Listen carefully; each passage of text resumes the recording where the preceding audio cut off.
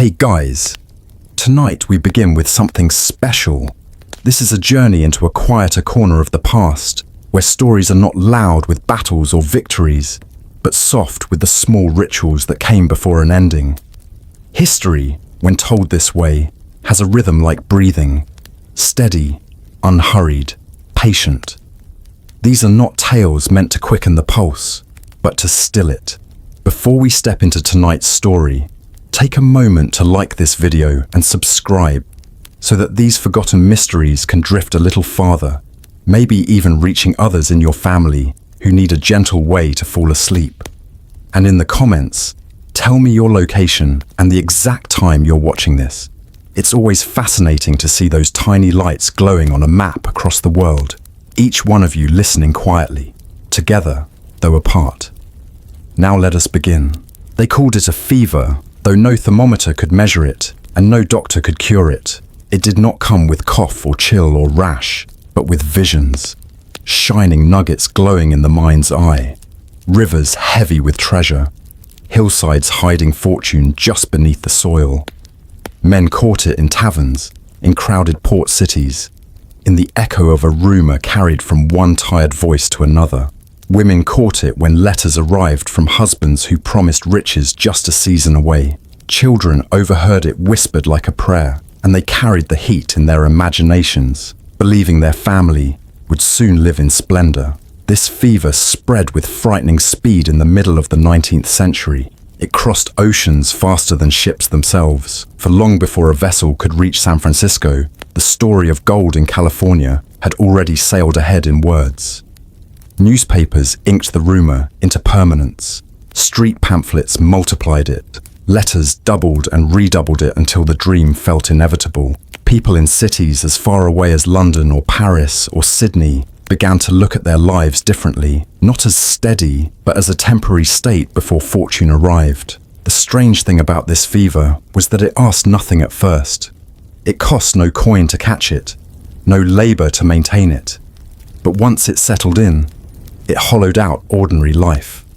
Farmers stared at their fields and saw only the monotony of soil.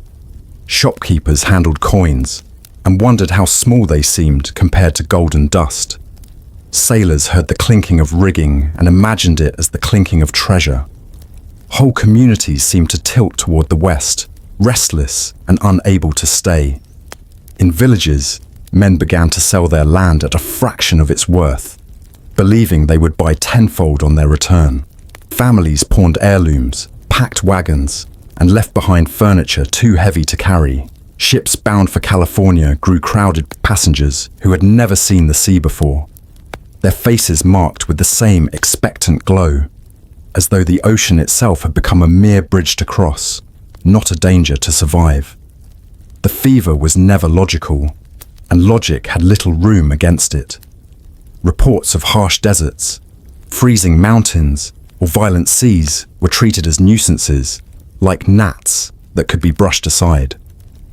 When someone mentioned the difficulty of survival, listeners simply smiled, already far away in thought, already picturing their hands holding heavy yellow stones. The spark that set this fireless fever alight was simple. A discovery near a river, just pebbles glinting in water, picked up by chance. The truth of the moment was small, almost forgettable. Yet once it was spoken, once it was written, it expanded in memory. The gold became larger, purer, more plentiful with each retelling.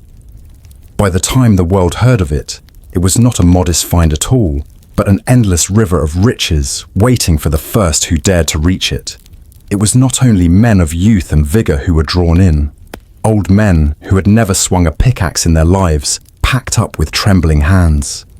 Scholars abandoned their books, thinking perhaps a short season of digging could free them to study forever after. Soldiers who had known the bitterness of war thought this rush would be peace, only to find it another battlefield. The fever made no distinctions. It filled cities with empty houses, left wives waiting on doorsteps, and scattered children across continents. Every port that offered passage westward became crowded. Ships that had once sailed with measured timetables now left whenever they were full. and they were always full.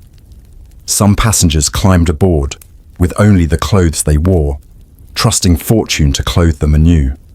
Others carried trunks stuffed with goods, shovels, boots, pans, items that merchants assured them would make the difference between poverty and wealth. As the fever swelled, it carried with it another sickness, the belief that wealth was not just possible but certain. That certainty dulled the senses, made men reckless, and turned caution into an insult. If one man hesitated, another pushed past him, convinced that the gold would not wait.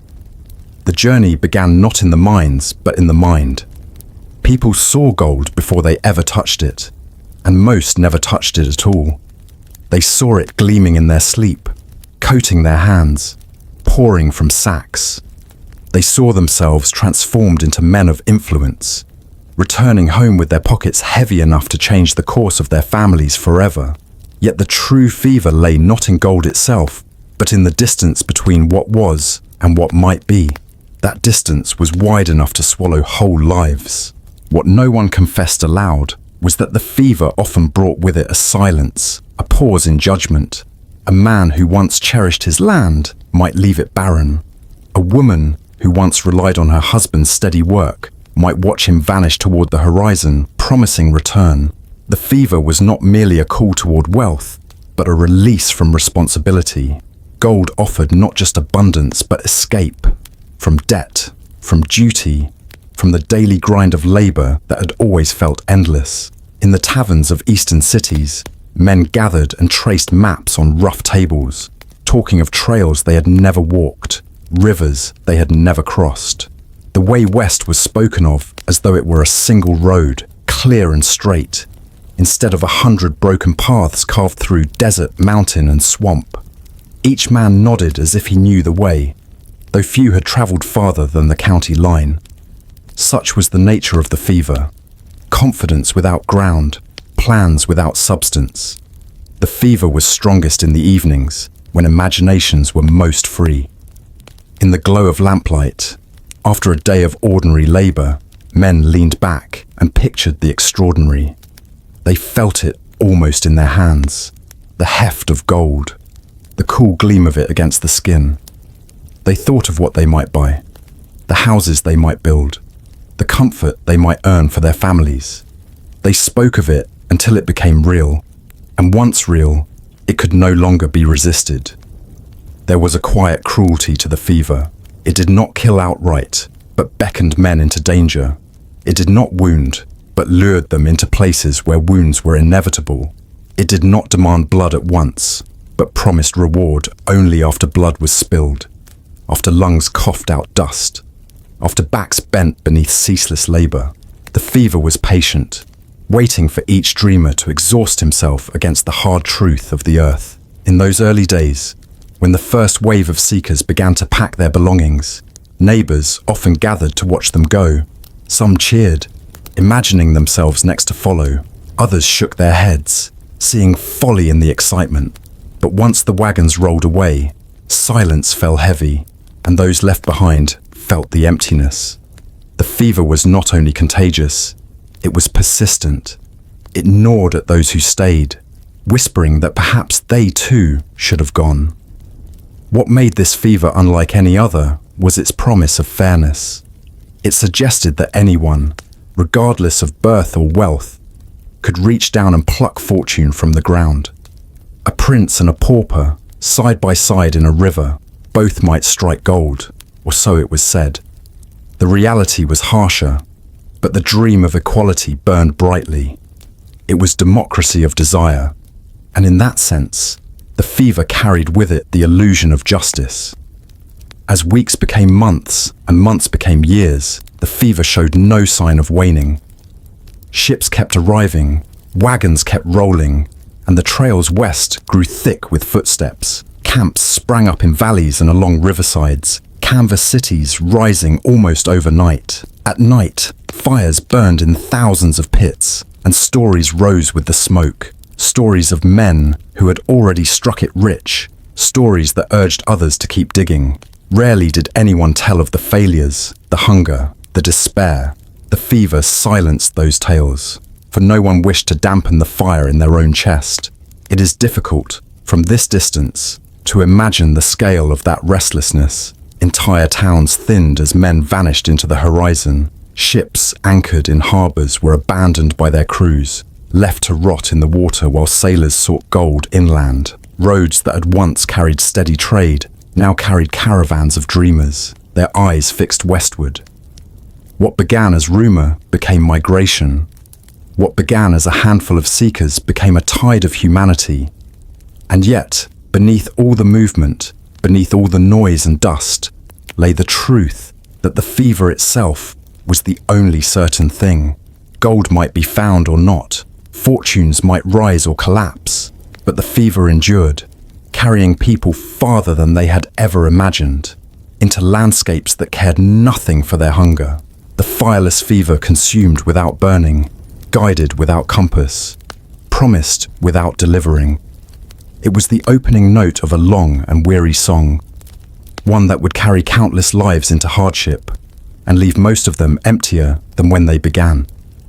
And so it spread, quiet, invisible, unstoppable, shaping the first step into a journey that would prove harsher, colder, and lonelier than anyone had dared to believe. Once the fever had taken hold, it did not allow a man to sit still. It pressed against his ribs like a quiet urging, a reminder that fortune lay somewhere beyond the horizon. And so the leaving began, first in trickles, one wagon setting off down a rutted path, one ship raising anchor with too many bodies pressed against its rails, then in floods, as whole caravans stretched across the plains, as roads that had once carried farmers to market now carried families to a future none of them could see clearly. The journey west was not a single road. It was thousands of paths, broken and uncertain, winding through wilderness and desert, over ridges where wheels splintered and rivers where wagons drowned. From the eastern seaboard, travellers poured into gathering points, where trails began in earnest. Independence, St. Joseph, Council Bluffs. Towns that had been quiet frontier outposts now swelled with restless humanity, their streets crowded with on-horses, mules, and men who spoke a dozen languages but shared the same burning hope. Those towns smelled of tar, leather, sweat, and anticipation. Blacksmiths worked without pause, hammering shoes for animals and rings for wheels. Merchants shouted their wares, flour by the sack, bacon salted until it was nearly stone, beans that could last months if kept dry. Every tool was promised to be essential: shovels, picks, pans, tents, ropes. Men bought what they could carry, what they could not, and what they would later abandon on the trail when their animals staggered beneath the weight. Leaving the towns, the land itself became both guide and enemy. The grasslands rolled outward in waves, endless and deceptive, each hill promising a view of the far distance, yet revealing only more grass, more sky. Days were measured not by clocks, but by how many miles the oxen trudged before collapsing at dusk. Nights were a fragile respite, fires flickering low as coyotes howled and the cold crept in. The stars, clear and countless, gave comfort to some and unease to others, for they reminded men of how far they were from the familiar. The roads west did not forgive weakness. Shoes tore apart within weeks, hands blistered and then hardened, though not always fast enough. Children cried from thirst when waterholes proved dry, their parents staring helplessly into cracked ground. Dust coated every surface, so thick it seeped into food, into lungs, into the folds of clothing, turning everything the same dull brown. Even laughter, when it came, was muffled by the grit in the air. Caravans grew into small societies. At dawn, wagons formed into lines, stretching as far as the eye could follow. At night, they circled for safety, the shape of the wheel becoming the shape of survival. Some men argued about pace, some about routes, but most learned quickly that stubbornness could kill more surely than the wilderness. Illness moved quietly through the groups. Cholera, dysentery, fevers that did not glow with gold, but burned just the same. Graves marked with wooden crosses dotted the trails. each one a reminder that the land took as much as it gave. For all its hardships, the westward road hummed with an energy unlike anything those travelers had ever known. Every morning brought them closer to a dream, even if the dream itself remained out of sight. The roads seemed endless, but so did their determination. Men sang as they walked beside their oxen, women hummed to quiet, restless children, and the creak of wagons blended with the rhythm of thousands of footsteps.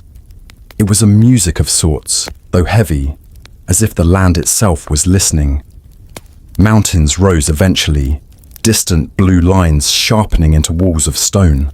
To reach the gold fields, men had to climb. Wheels splintered against jagged rocks. Animals stumbled on narrow passes, and men hauled wagons by hand when the slopes proved too steep. Snow still lingered in the high places, biting at fingers and numbing feet. Many who had pictured themselves striding boldly toward fortune now found themselves crawling, gasping, straining against the weight of their own ambition. Those who took southern routes faced deserts instead. Heat shimmered on the horizon, water vanished, and men rationed sips from barrels that grew lighter with every mile. Oxen collapsed in the sand, tongues swollen, eyes glazed. The desert swallowed wagons whole, left behind like skeletons, their canvas covers flapping in hot winds.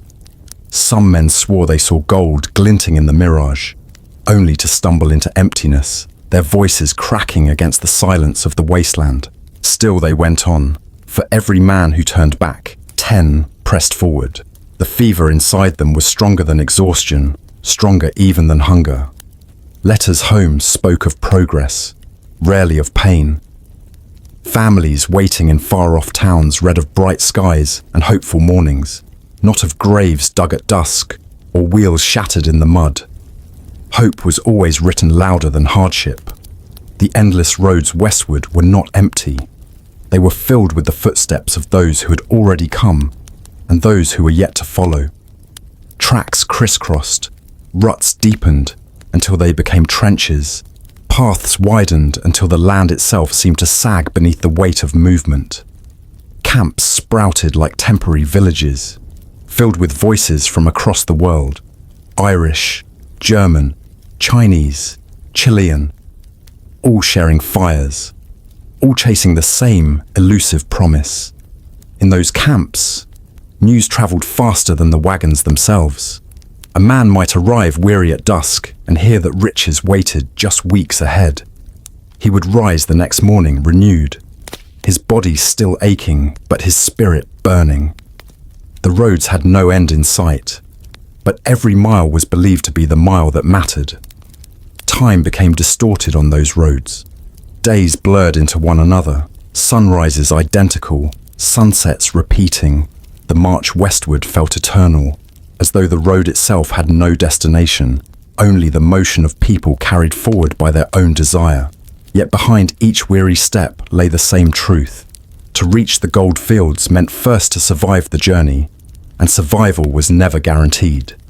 Storms tore through camps with little warning. Winds ripped canvas from wagons. Rain turned paths to rivers of mud. Lightning struck close enough to shatter trees. The roads became rivers. The rivers became traps, and still men waded through, their clothes heavy, their dreams heavier. Each step forward cost them more of themselves, but the fever urged them on, whispering that just beyond the next ridge, fortune waited. There was no silence on the roads, only the endless noise of travel, the grind of wheels, the lowing of oxen, the shouts of men urging animals onward, the cries of infants, the coughs of the sick, and beneath it all, the steady drumbeat of footsteps, thousands upon thousands, marking a migration so vast that it reshaped the land itself. The farther west they traveled, the more the wilderness closed in. Forests pressed tight around narrow trails. Rivers cut across their paths. Canyons opened without warning. The earth itself seemed determined to test each traveler, to demand proof of endurance before allowing them farther. Some passed, many did not. But those who pressed on believed the hardship only made the reward more certain. The endless roads westward were not just physical, they were roads of the mind. Every man carried with him an image of the future, a picture painted in bright strokes of wealth and ease. That image walked beside him, whispering strength when his legs trembled, pushing him when his body longed to stop. The dream became a companion, as real as the wagon he pushed or the animal he led. Yet the dream could not fill an empty stomach. It could not mend broken wheels or lift drowned wagons from riverbeds. It could not ease the cough of a child burning with fever. And so the roads westward became littered with remnants of the dream. Boots worn through to leather scraps, tools bent and useless, wagons abandoned like carcasses. Each one told the story of a family who had once believed they would survive, only to vanish into the wilderness, leaving nothing but traces behind. Still, the tide did not slow. The roads carried men and women forward in an unceasing stream, each one convinced that survival belonged to them, that fortune had chosen them, that their story would not end like the others. The land stretched on, endless and indifferent, swallowing their steps into its silence. It was here, on these roads without end, that the truth of the fever began to show itself. Gold was never waiting just beyond the next horizon. The horizon only moved farther away, carrying them deeper into hardship, deeper into exhaustion, deeper into the quiet realization that the land asked more than most could ever give.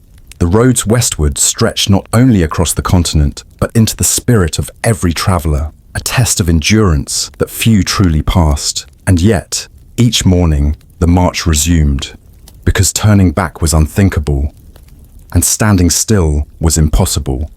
The endless roads had no mercy, but they had a direction, and for those caught in the fever, that direction was enough.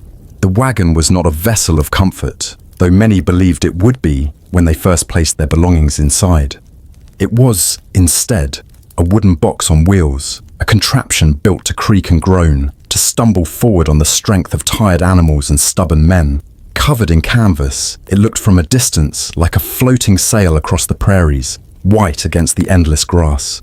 Up close, it smelled of sweat, leather, and earth, with each plank vibrating from the strain of uneven ground. Inside, space was a cruel teacher. Families stacked bags of flour and barrels of salt pork, bolts of cloth, kettles, axes, and pans, until there was barely a corner left for a child to curl into. What could not be carried on the wagon was tied to its sides, tools rattling against wheels, crates bouncing with every rut. As the miles stretched on, these excesses fell away. A broken chair left behind in the dust, a trunk emptied onto the roadside when the oxen could not bear the load, a piano abandoned in the grass that would never again sound a note. The road was littered with these small defeats, each one a reminder that the promises of preparation meant little against the stubborn weight of the land. The wheels themselves became the story of each day. Iron rims clanged against rocks, wooden spokes cracked under strain, and every traveler knew the sound of disaster, the sudden snap of a wheel breaking apart. Men fell to their knees with hammers and nails, working under the sun to repair what they could, their hands blistered, their brows dripping with sweat. A broken wagon could halt a family's future in an instant, stranding them miles from help, forcing impossible choices, leave the supplies behind or leave the dream behind. Dust followed them everywhere. It rose with the wagons at dawn, lingered at noon, and settled only when the stars came out. It coated their faces until they were unrecognizable, carved lines into their skin, and turned their hair the color of the earth. It filled their lungs, rasping with every breath, making each cough taste of soil. Children wiped their eyes until they were raw. Mothers shook blankets only to have them brown again before morning. Even water, when they found it, carried the taste of grit. In the heat, the wagons became ovens. Beneath the canvas, air barely moved, and travelers sat drenched in sweat, their throats dry, their heads throbbing. At night, the same canvas became a thin shield against the cold. Wind tore through the seams, rattled the boards, and left sleepers curled tightly together, shivering as coyotes cried in the dark. The wagon gave no real shelter, only the illusion of it, Yet still families clung to its wooden frame as though it were a lifeline. Promises were everywhere along the trail. Merchants had promised that these wagons were strong enough for any journey, that tools sold in eastern towns would carry a man to fortune, that sacks of flour and bacon would last the entire way. Guides swore that rivers could be crossed with ease, that mountains were only minor inconveniences, that the desert could be outpaced if one simply rose early and pressed hard. Each promise cracked as easily as a wagon wheel. Each one fell into the dust, trampled by footsteps that believed the next promise would be true. The greatest promise was always that of speed. Leaflets spoke of reaching California in weeks, but weeks became months, and months stretched into seasons. Men who thought they would be sifting gold by summer were still trudging through plains in autumn. Winter caught more than a few, and the snows showed no mercy. Wagons froze in place, animals starved, and men stared at the white horizon with despair. The promise of fortune ahead became the bitter truth of survival in the present. Even those who kept moving discovered the roads were not equal. Some stretches offered firm ground. Others collapsed into swamps that swallowed wheels whole. Axles sank into mud, requiring dozens of hands to haul them free. Men's boots disappeared into the muck, their bodies trembling with the strain. Hours were lost to pulling, shoving, cursing, praying, until finally the wagon groaned forward, only to be met by another pit a mile ahead. Dust storms were worse still. Winds rose without warning, sweeping the plains with such force that the sky disappeared. The canvas covers flapped like sails in a storm, ropes snapped, and wagons tilted under the assault. Men tied scarves around their mouths and eyes. Children were buried in the folds of their mothers' skirts, and animals stumbled blindly. When the winds passed, the land was changed. Camps buried, tracks erased, belongings scattered miles away. Promises of safe passage felt hollow against such power. The roads brought more than hardship, they brought doubt. Families who had spoken confidently of their future now whispered in the dark about whether they had been foolish to begin. Husbands stared at their wives with guilt. Wives stared at their husbands with blame. And children listened in silence, clutching dolls made of rags, sensing that the golden dream was not as close as their parents had once said. The wagons rattled forward, but the silence inside them deepened with every mile. At river crossings, the promises of safety unraveled further. Men had been told the wagons would float if sealed, that oxen could swim with the current, that ropes would guide them across. Yet rivers swept families away. Wagons tipped and spilled their contents into rushing water. Barrels, blankets, tools, all gone in an instant. Some swam to shore, gasping and broken. Others vanished beneath the surface, their names carved into no stone, remembered only by the trembling survivors who watched the water close over them. And yet, despite it all, the road continued to pull them forward. The dust, the rattling wagons, the broken promises, all were swallowed by the same fever that had set them out in the first place. For every voice that muttered of despair, another rose with determination. A man would point to the horizon, swearing that the land ahead was kinder, that the worst was behind them, that fortune was waiting. The wagons moved again, creaking like tired bones, dust swirling behind them like ghosts of those who had fallen. Merchants had spoken too, of wealth hidden in the very wagons themselves. Goods carried west could be sold at high prices in the camps, they said. Some believed them. Wagons were filled with extra shovels, kettles, boots, blankets, all meant for trade. But when the journey grew unbearable, those goods were discarded to lighten the load. By the time families reached the far side of the plains, many wagons carried little more than bones of wood and a scattering of dreams. The trade goods had become scattered offerings to the road, left behind for strangers who would never see the owners' faces. Dust did more than choke lungs. It erased the details of those who walked through it. Faces lost their sharpness, clothes became uniform shades of brown, and men who had once been distinguished by their professions became indistinguishable travelers, all hunched in the same weary posture. The dust was a great equalizer, reminding each man that wealth was not yet his, that survival itself was the only measure for now. The endless clatter of wagons filled the days, a wooden heartbeat that never ceased. At night, when the wheels stilled, silence pressed down heavy.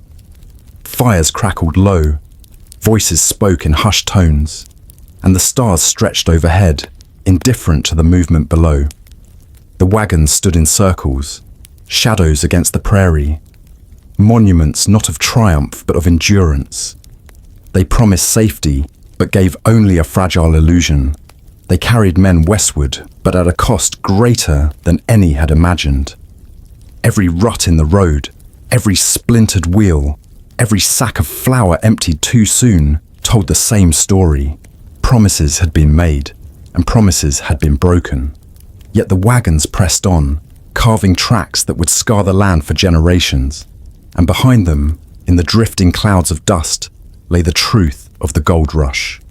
Not the glitter of fortune, but the weary footsteps of those who learned too late that the road itself was the harshest test of all. The road west was long, and every turn seemed to hold the promise of an ending that never quite arrived. The travelers who pressed on through the choking dust and hollow echoes of wagon wheels carried in their minds an image brighter than any reality could deliver. They had dreamed of a place where rivers gleamed with flakes of gold, where fortunes lay in shallow pans, waiting to be scooped like kernels of corn spilled across a floor. But what met their eyes when the hills gave way to valleys marked with tents and makeshift shelters was not the picture carried in newspaper drawings or whispered around firesides in distant towns. The mining camps were something else entirely, a fragile collection of lives clustered together in the raw skeleton of a world that had been imagined far grander than it ever was. Approaching one of these settlements, a traveler would first notice the smoke. It did not rise cleanly into the sky like chimney smoke from a settled town, but hung low, mingled with the dust of churned soil and the sharp scent of burning wood. Campfires dotted the uneven ground, each one ringed with men crouching over meager meals, bowls balanced on knees, their faces hollow from the strain of long days with pick and pan. There were no orderly streets, no neat rows of houses, no civic pride. The camps looked less like towns and more like sudden eruptions. Patches of canvas tents, log lean-tos, and rough shanties nailed together out of whatever scraps of lumber could be found. The sound carried before the sight, hammering on tin, the rasp of saws, shouts exchanged between men whose nerves had been rubbed thin by the closeness of others. The music of ambition had quickly turned into the clamour of desperation. Laughter, when it came, was sharp and brief, ringing out like broken glass before being swallowed by the steady undertone of coughing, arguing, and the dull thud of tools in earth. It was not the noise of a place being built to last. It was the unsettled murmur of something temporary, like a storm cloud that gathered but never quite broke. When a man set foot in such a camp for the first time, he would often stand still, letting the sight sink into him with a heaviness he had not prepared for. The stories that had driven him westward had promised opportunity, but here was the truth laid bare. A scattering of men from every corner of the world, huddled together without structure, without comfort, each one chasing the same thin hope. A canvas tent might house 3 or 4 men who had never met before their journey began, their lives now tangled together by necessity. Inside, the air was damp with sweat and smoke, the ground littered with boots, blankets, and the constant presence of hunger. Water ran near some camps, and it was there the men spent their days, bent over creeks, trousers soaked at the knees, hands raw from cold and mud. They sifted endlessly for glimmers of gold. The first sight of them was sobering. There were no triumphant cries of discovery, no sudden fortunes spilling into waiting hands. There was instead silence, broken only by the scrape of pans, the shuffle of boots in gravel, and the occasional curse when a rock cut too sharply, or when yet another day passed with nothing to show for the labour but calloused hands. For newcomers, the camp revealed something even more unsettling. There was no welcome committee, no system of order, no guidance for the weary traveller who had spent months in reaching this place. Each man was on his own. Food was bought at outrageous prices from those who had managed to haul supplies farther west. and even then, it was often spoiled or meager. Salt pork so stiff it had to be boiled before eating, flour alive with insects, beans cooked until they were barely palatable. A man might hand over half of his savings just to keep himself from starving, and still the meals filled his belly only halfway. Disease was a constant companion. The first glimpse of the camp streets, or what passed for streets, showed muddy lanes streaked with waste. With no proper sanitation, sickness spread quickly. A cough in the night became a fever by morning, and by evening it could carry a man off before he had even dug his first pan of dirt. Graves sat at the edges of the camps, hastily dug, marked with little more than wooden boards or piles of stone. Travelers who entered the camp for the first time could not help but notice them, though most turned their eyes away, pretending not to see. The social fabric of the camps was as rough as the ground beneath them. Men outnumbered women by an overwhelming margin, and the absence of families gave the settlements a restless, rootless air. Gambling tables and drinking tents sprang up as quickly as any shelter, often better supplied than the miners' cabins. A man who could not find gold could still lose what little he had in cards or whiskey, and many did. Brawls broke out over cheating, over women, over nothing at all. Knives and pistols were as common as shovels, and justice, when it appeared, was swift and uncertain, handed out by those who happened to be present rather than by any official authority. The first sight of the mining camps was not only a vision of struggle, but also of strange energy. For all their hardships, the camps pulsed with a peculiar kind of hope, stretched thin but not entirely extinguished. Every man believed, at least for a time, that his fortune might be found tomorrow, or the next day, or the day after that. It was this fragile belief that kept them bent over their pans, that made them endure the endless mud and smoke, that allowed them to keep breathing in the sour air of the camp when every instinct told them to flee. At night, the camps glowed with small fires, men huddled in close, their conversations low, their faces drawn into sharp relief by flickering light. Some sang softly, songs from Ireland, from China, from the southern states, voices blending into a patchwork of accents and memories. Others sat in silence, staring into the flames, their thoughts wandering back to the homes they had left behind. The night sounds carried across the valley, the coughing, the muttered prayers, the restless turning in blankets too thin to ward off the chill. It was not the silence of peace, but the silence of exhaustion, broken only by the occasional gunshot or shout when tempers flared even in darkness. The impression left on any newcomer was inescapable. This was not a place where survival came easily. The camps promised opportunity but delivered hardship at every turn. The reality was that only a handful of men would ever find enough gold to change their lives, and the rest would spend their years in this limbo of mud and smoke, waiting for a chance that never arrived. The first glimpse of the mining camps stripped away illusions, leaving in their place a sobering awareness of the cost of chasing dreams across a continent. It was here, among the tents and fires, that the myth of the gold rush began to crack. What seemed from afar like a story of wealth was, up close, a story of endurance. And for those who stepped into that world for the first time, the realization was both immediate and irreversible. Survival here was not guaranteed, and fortune was always just a little farther away than one could reach. When the sun slipped behind the jagged ridges, the mining camps changed in character. The rough energy of the day, filled with shouting and the relentless clatter of picks against stone, gave way to something quieter, yet no less heavy.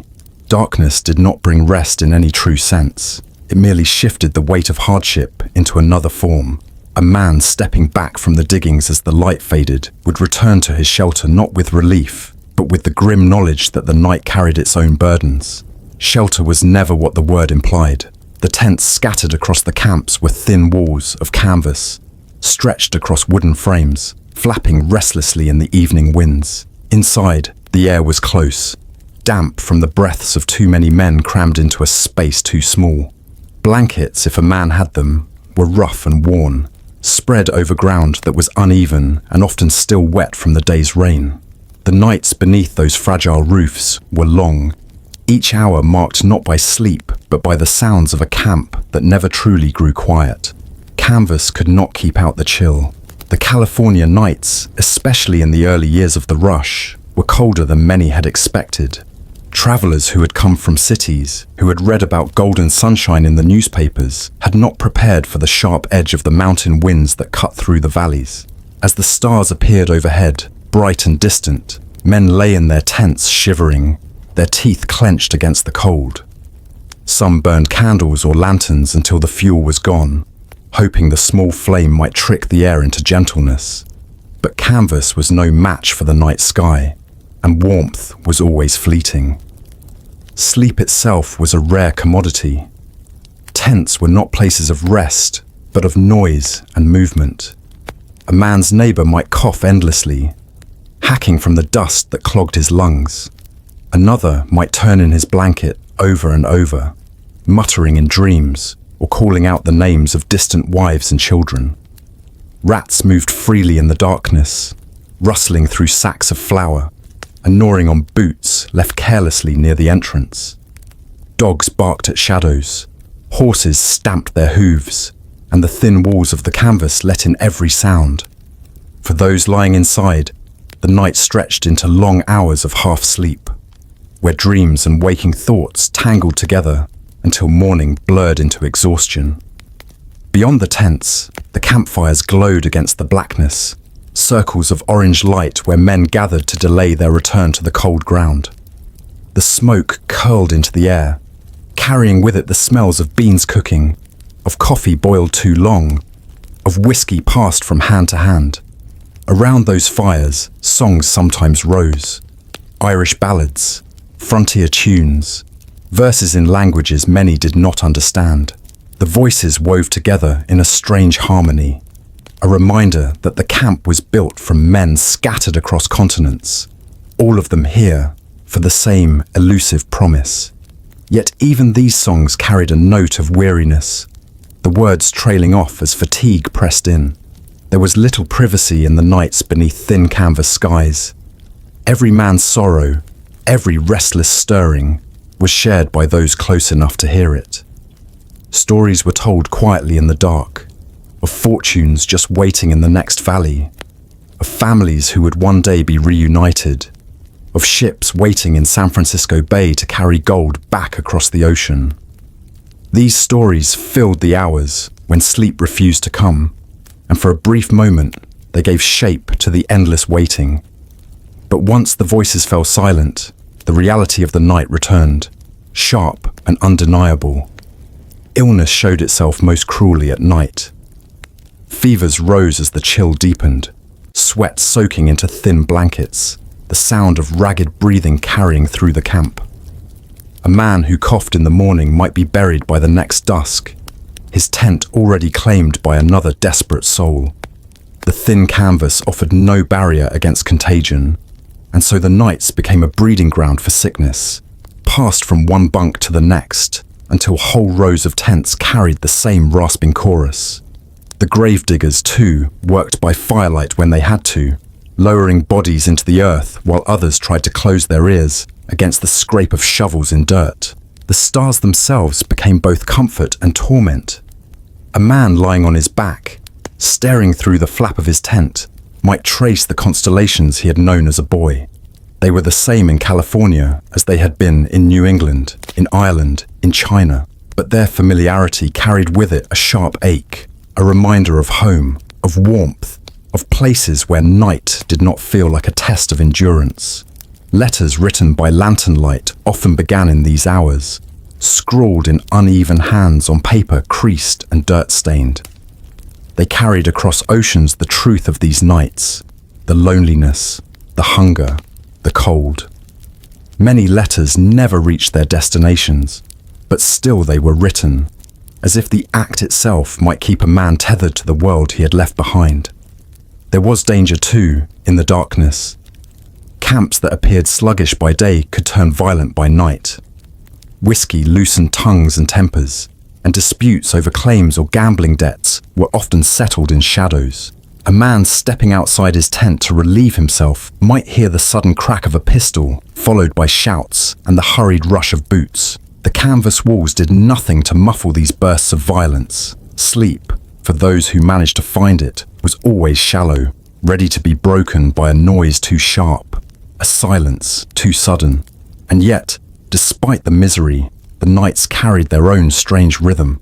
They stitched the days together, one to the next, with their mixture of restlessness and despair. A man might survive a day of labor with pick and pan, but it was the night that tested his spirit. Beneath the thin canvas, he learned the weight of his own endurance, the limits of his patience, the depth of his longing for something more than cold ground and restless sleep. The camp, seen at night from a distance, looked almost peaceful. Dots of firelight scattered across a valley, flickering beneath a sky heavy with stars. To the traveler on the road, it might have seemed inviting, a promise of warmth and company after miles of emptiness. But up close, within the tents themselves, the truth was harsher. The canvas roofs let in the cold, the damp, the fear, and the endless chorus of human need. When morning finally came, it was not greeted with joy, but with relief. The canvas flaps opened to the pale light of dawn, and men stumbled out with eyes ringed in shadow, their bodies aching from another night half spent in waking. They rose because they had to, because the search for gold would not wait, but the memory of the night lingered with them, carried into the day like a shadow that stretched long and thin. The nights beneath thin canvas skies revealed more than the harshness of the gold rush. They revealed its fragility.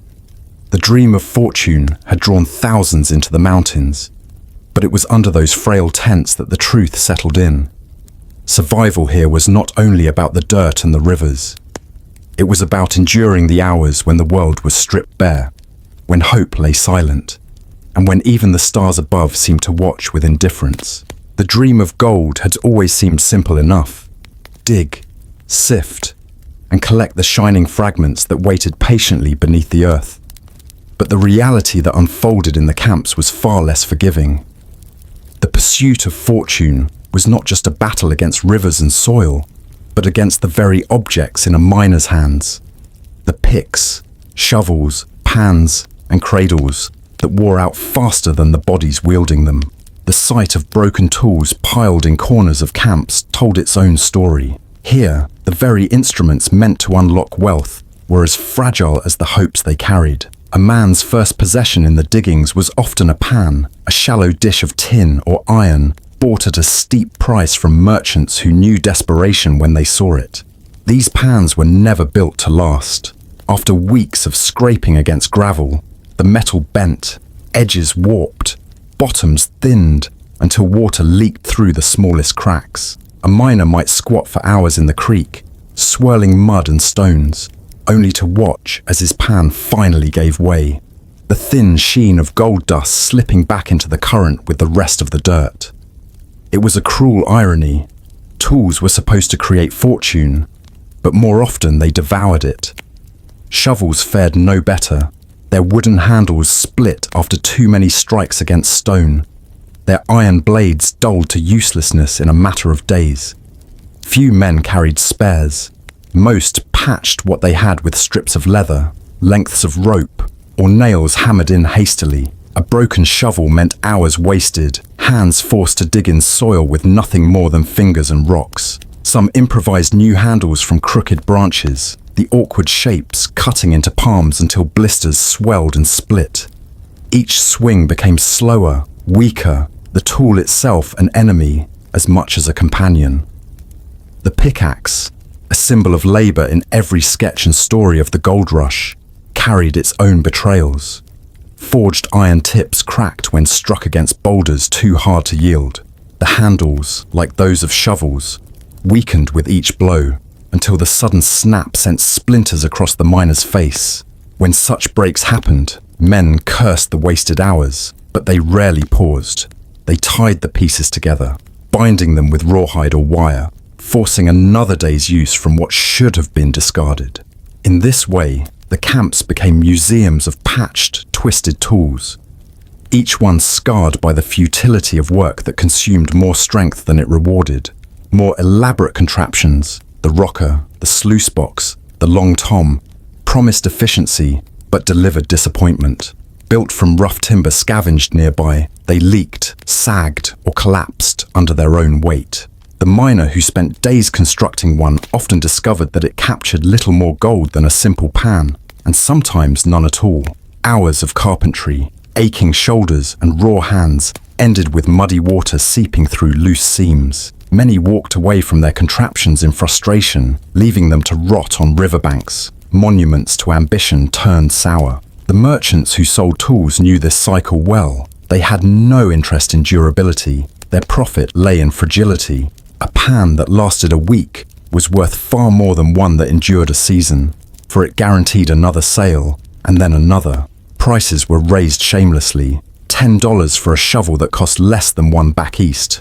$20 for a pickaxe barely hardened. Men paid because they had no choice. To arrive in camp without tools was to starve, and to arrive with tools meant only that starvation would take longer to arrive.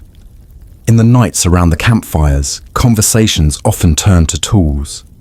Men compared the weaknesses of their pans, the weight of their shovels, the hours lost to breakage.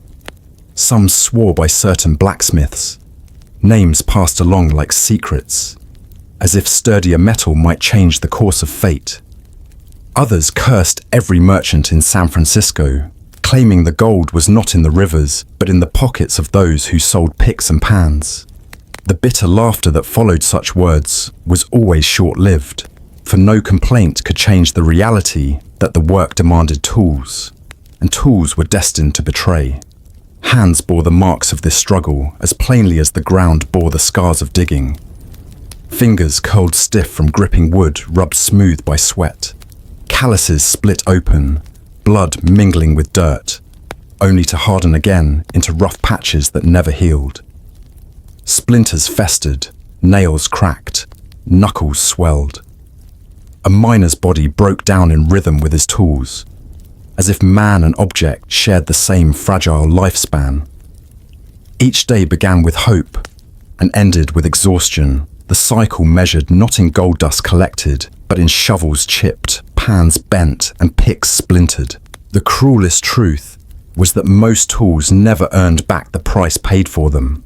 A man might spend his savings on a set of implements, only to discover that his claim held little more than mud and stones. By the time his shovel snapped and his pan leaked, he had found nothing but disappointment. The tools that had promised riches left him poorer than before, burdened with debts to merchants who knew better than to chase fortune in rivers when they could harvest it from dreamers. Some miners attempted to forge their own tools in crude blacksmith setups within the camps. Fires were built high, iron scraps hammered on rocks in the dim light. The results were heavy, misshapen, and barely functional, but they carried with them a sense of control that the store-bought implements never did. Still, these too broke, bent, or rusted in the damp nights, leaving their makers as weary as those who had spent their last coin in town. Every broken tool told a story of futility. They littered the ground around abandoned claims, left behind by men who could no longer bear the labor. Handles stuck up from the earth like gravestones, blades rusted to reddish dust. Travelers passing through such places could read the truth in those fragments more clearly than in any newspaper. This was a land where the tools gave out long before fortune gave in. The gold rush was a theatre of endless effort, but its props, the pans, picks, and shovels, were built to collapse. They betrayed their owners not with sudden treachery, but with steady erosion, a wearing away that mirrored the hopes of the men who held them. By the time a miner looked at the jagged remains of his last shovel, he often recognized what he had refused to admit before. The dream itself had always been more fragile than the wood and iron in his hands. And so the camps lived in a cycle of renewal and ruin, each day beginning with the sound of picks striking rock and ending with tools splintering in weary hands. In that cycle lay the quiet truth of the gold rush, that the promise of wealth was less about what the earth yielded and more about what it consumed. The men came seeking gold, but the first thing they lost was not their strength or their health, but but the very tools that carried their hope. The rivers of the gold rush carried promises that rarely belonged to reality. They shimmered under the sun, broad and cold, their surfaces rippling as if hiding something precious just below. Men came to them with dreams of wealth, yet they discovered something else entirely. Water that numbed their bones, mud that swallowed their tools, and long days that ended with empty bellies. If the rivers gave anything, it was more hunger than gold. In the beginning, the newcomers did not notice it. They arrived with the excitement of fortune, their shovels and pans slung over their shoulders, their thoughts filled with images of nuggets waiting to be scooped out of the earth. The riverbeds sparkled in their imagination, but when the first days of digging ended, their pans held more sand than anything else. Tiny specks of color might cling to the edges, but those fragments were so light that even the breeze could carry them away. What remained was disappointment, and worse, exhaustion. The act of panning was far more draining than the hopeful advertisements ever explained. A man had to stoop for hours, knees sunk in cold water, back bent toward the current, hands swirling dirt and stone until his fingers went stiff. Each pan was filled with gravel, swirled in circles, washed, then inspected with a desperate eye. And each time, the promise dwindled. A few flakes of dust worth less than a loaf of bread, nothing more. The body, however, had already spent itself. Arms trembling, stomach growling. Rivers ran wide through California and the mountain territories, but not all were kind. The season mattered too. Spring floods swept away camps. Summer droughts left mud that baked into stone. Winter brought ice-cold water that cut through boots and numbed flesh until men could no longer feel their toes. A day in the river was not just work. It was a battle against nature. And unlike gold, hunger never failed to show itself. By nightfall, men sat by their fires, gnawing on stale bread or beans boiled until the skins split, wondering how much longer they could last on food that seemed to shrink with each week. What made the hunger sharper was the simple imbalance between effort and reward. A miner might spend 12 hours in the water, soaking, straining, sifting, yet finish with barely enough gold dust to buy a single meal in town. Food in the goldfields was never cheap. A sack of flour cost as much as a miner earned in days. Eggs, when they could be found, sold for absurd prices.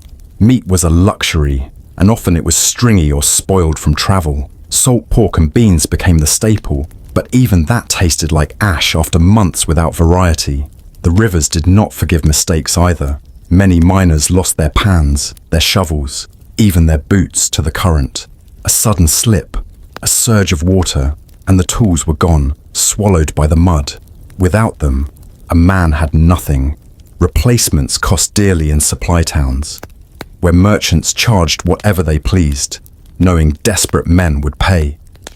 And so hunger deepened, not only from food, but from the knowledge that each setback pulled a man further away from the fortune he had imagined. There were stories whispered by the firesides of men who struck it rich in an hour, pulling out nuggets the size of walnuts. Those tales kept others in the water, their bodies shaking with cold, their eyes fixed on the swirling pan as though a miracle might appear at any moment. But for most, the miracle never came. The rivers seemed to mock them.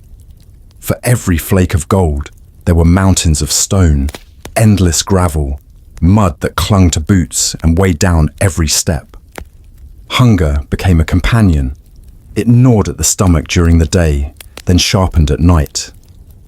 The camps filled with the smell of weak stews, beans stretched thin, coffee boiled so many times it tasted like burnt water. Some miners resorted to foraging. They searched the banks for berries, though many seasons yielded little. They tried to hunt small animals, rabbits, squirrels, but even those grew scarce, frightened away by the endless noise of digging and shouting. A lucky man might catch a fish, yet the rivers themselves seemed reluctant to share. The streams that promised wealth gave out meager meals, barely enough to sustain the endless labor. The irony was bitter. Men were surrounded by flowing water, but much of it was unfit to drink. Upstream camps and sluices muddied the currents with silt and waste. Animals drowned in the water, their bodies drifting unseen until sickness spread downstream. Dysentery became common, stomachs twisting not from hunger alone, but from the foulness of what little they consumed. To drink the river was to gamble. Some boiled it, though fuel for fires was precious. Others drank it as it was, praying they would not pay the price. By the second or third year of the rush, hunger had become the truest measure of the rivers. Merchants prospered while miners grew gaunt. Supply wagons trudged into camp loaded with goods, their drivers knowing well that flour, sugar, and beans brought more profit than gold dust. It was said a man selling eggs could grow richer than one sifting gravel. And in many cases, it was true. The rivers provided illusions, while the merchants provided survival. But hunger did not only dwell in the stomach, it lodged in the mind. The endless searching, the aching failure, the sight of others finding even the smallest success while one's own pan stayed empty. This bred a hunger of the spirit, a yearning for something that never came. It hollowed men out. They stared into the water with a dullness that no amount of sunlight could lift, their hands moving in circles without hope, only habit. For some, hunger drove them away. Camps emptied as men abandoned their claims, choosing to return east or drift towards cities where at least steady meals might be found. Others trudged on, unwilling to surrender to defeat. They became shadows by the riverside, their bodies shrinking, their faces lined before their years. The promise of gold lingered, but so did the certainty of hunger. The rivers, in the end, gave more stories of starvation than triumph. They carried no concern for the men who knelt in them. They flowed as they always had, cold, steady, indifferent. The dreams of fortune seekers dissolved in their currents, leaving behind the reality of ribs showing through thin shirts, of men too weak to lift a shovel, of camps where silence grew heavier than the clatter of pans. And still the rivers glittered under the sun, as though mocking the men who had come so far. The hunger they spread was not loud or dramatic. It was slow, creeping, a dull ache that wore down body and mind alike. In the gold rush, the rivers promised wealth but delivered emptiness. A miner's stomach, after a long day in the water, was the truest reflection of that bargain. Hunger never stayed at the riverside. It followed men back to their camps, settling into their bellies like an unwelcome tenant that refused to leave. If the riverbeds failed to yield enough gold dust, the markets and supply tents in nearby towns finished the job of wearing men down. There they discovered that food was not simply nourishment. It was a measure of survival, and often a cruel reminder that the dream of fortune was slipping further away. Bread and salted meat became symbols of that reality, not because they were luxurious, but because they were nearly impossible to afford. The cost of food during the rush did not obey the logic of farms or fields. It obeyed the law of distance. Everything a miner ate had to be hauled across mountains, deserts, and rough trails, pulled by wagons or carried by pack animals that staggered under their burdens. The further one traveled from established farms and ports, the heavier the price became. A single loaf of bread, which in a city might be purchased for a few pennies, could cost the weight of a day's hard labor in the gold country. Flour, the base of survival, was treated as though it were treasure in its own right. Men who dreamed of nuggets found themselves instead measuring their success by the handful of flour they could afford. A sack of it might cost more than their week's findings. To eat bread in such a place was not a common comfort. It was an event. Many miners stretched flour thin, mixing it with river water and ashes from the fire to make flat cakes tough as leather. Still, it was better than nothing, and each bite was swallowed with the awareness that tomorrow's supply might vanish. Salted meat followed the same rule. Packed in barrels, shipped overland, it arrived grey and stiff, often with a smell that turned stomachs before the first bite. Yet it was precious because it was filling. Salt preserved it, but it also burned tongues and dried throats. Miners ate it anyway, chewing on it like rope, forcing it down because hunger allowed no pride. A slice of salted pork might last a man through a day, but only if he was disciplined enough to ration it. Many were not, and they paid with nights of gnawing emptiness. The merchants knew this better than anyone. In the goldfields, they became the true winners of fortune. They brought wagons filled with flour, beans, salt pork, coffee, sugar, and sold them at prices that would have been laughable anywhere else. But here, where men's lives depended on those goods, there was nothing to laugh at. A merchant could name his price, and miners would pay. Gold dust, that elusive prize of the rivers, passed more readily into the hands of storekeepers than into the pockets of miners themselves. There are records of single eggs sold for $1, of a pound of butter costing more than a miner earned in half a day. Yet it was not extravagance, it was necessity. Even poor food was better than none. And every miner knew that without sustenance, there was no chance of striking gold. The body gave out long before luck arrived. Hunger bent the back, dulled the eyes, and eventually forced a man to leave. Those who could afford bread and meat, no matter how plain, had the strength to continue. Those who could not withered until the dream dissolved into weakness. In the camps, meals became strange parodies of home. A pot of beans simmered endlessly, each day stretched thinner with water, the taste fading until it was more memory than flavor. Bread was treasured, but it was often coarse and gritty, baked with sand or dirt that found its way into the flour during transport. Teeth cracked on the hardness of it, yet no one wasted a crumb. The salted meat, boiled to soften it, filled the air with an acrid smell that clung to clothing. Still, when night fell and fires flickered, miners ate in silence, their chewing steady, their minds fixed on survival. It was not just the price of food that cut deep, but the way it shifted the balance of life. Men had traveled thousands of miles, chasing visions of wealth, only to realize that they were spending the very gold they sought on the bare minimum to live. For many, each ounce of dust earned by the rivers was exchanged immediately for bread, beans, or meat that disappeared within hours. The fortune they hoped for dissolved into daily meals, leaving nothing to send home, nothing to build upon. The absence of vegetables and fresh produce added another quiet misery. Scurvy crept into the camps, gums swelling, teeth loosening, bodies aching with a fatigue that no amount of rest cured. The salted pork and dry bread filled stomachs, but they offered little else. Miners grew gaunt, their faces pale, their bodies stiff. Some died not from accidents, not from violence, but from the slow starvation of the body's deeper needs. And still, bread and salted meat remained the only choices, expensive and unsatisfying, yet impossible to live without. Occasionally, a man would strike lucky and buy a rare treat, perhaps a piece of fresh fruit carried in from the coast, or a cut of real beef slaughtered nearby. Such moments became stories told around campfires, as though the taste of an apple or the tenderness of fresh meat was a treasure greater than gold. They reminded the men of the world they had left behind, a world where food was ordinary, where bread was just bread and not the dividing line between strength and collapse. But these were exceptions. Most days followed the same rhythm. Work until hunger hollowed you out, then eat what could be afforded, no matter how meager.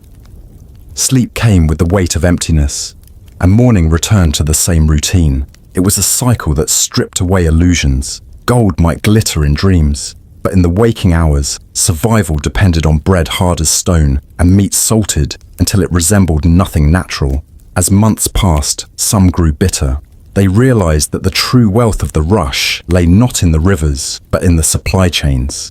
The ranchers who drove cattle, the merchants who sold flour, the traders who carried salted pork, they prospered. The miners, bent over pans and shovels, found themselves poor in body and in spirit. Bread and salted meat marked the cruel exchange, gold for survival, fortune for sustenance. The price of food told its own story. It spoke of isolation, of how far the camps lay from fertile soil and ordinary markets. It spoke of desperation, of how men valued a crust of bread as much as a nugget. And it spoke of the quiet failure of so many who came to the goldfields, not knowing that their greatest struggle would not be with the rivers, but with their own hunger. In the end, the cost of bread and salted meat was not only measured in gold dust, it was measured in the weariness of bodies, in the cracked teeth, in the hollow eyes of men who sat by dim fires, chewing food that never seemed to satisfy. The gold rush promised riches beyond imagining, but for most, the reality was simpler and far crueler. To endure another day, one had to pay dearly for bread and meat that barely kept life going. The hunger that gnawed at miners' bellies did not vanish when they left their camps for the towns. If anything, it deepened, shaped not only by empty stomachs but by the sight of streets where every surface seemed worn thin by desperation. Towns in the gold country were not cities in the sense most had known back home. They were hastily assembled, built not for comfort, but for commerce. Hammered together from rough boards and canvas, each building leaning as though it might collapse in the next hard rain. Yet these makeshift streets filled quickly, not with wealth, but with crowds of men who looked like shadows of themselves. Rain was not frequent, but when it came, it turned the ground into a sucking mire. The streets, lacking cobblestones or proper drainage, became rivers of mud thick enough to swallow boots whole. Men trudged through it, their legs caked, their clothes heavy with filth. The wheels of wagons cut deep ruts that filled with brown water, and every step was a reminder that this land was not designed for so many bodies pressed together.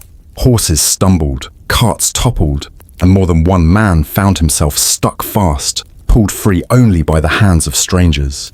The mud became the true owner of the streets, swallowing all who dared to pass. With mud came the smell.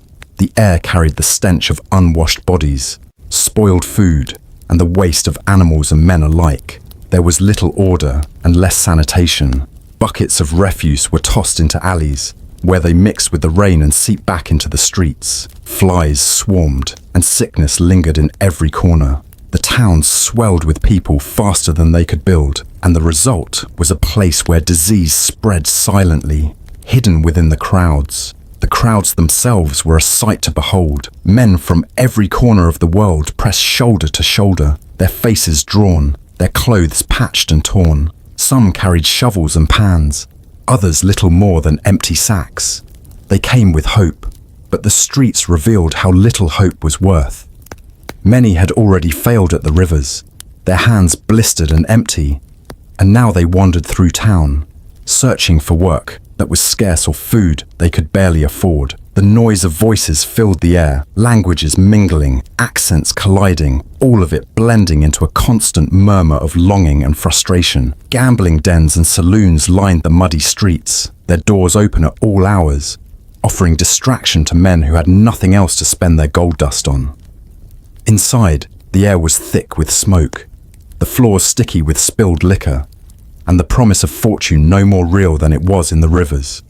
Cards slapped against tables, dice rattled across wood, and with each roll, men lost what little they had earned. Outside, fights broke out easily, fueled by liquor and disappointment. Knives flashed, fists flew, and sometimes bodies were left behind in the mud until morning.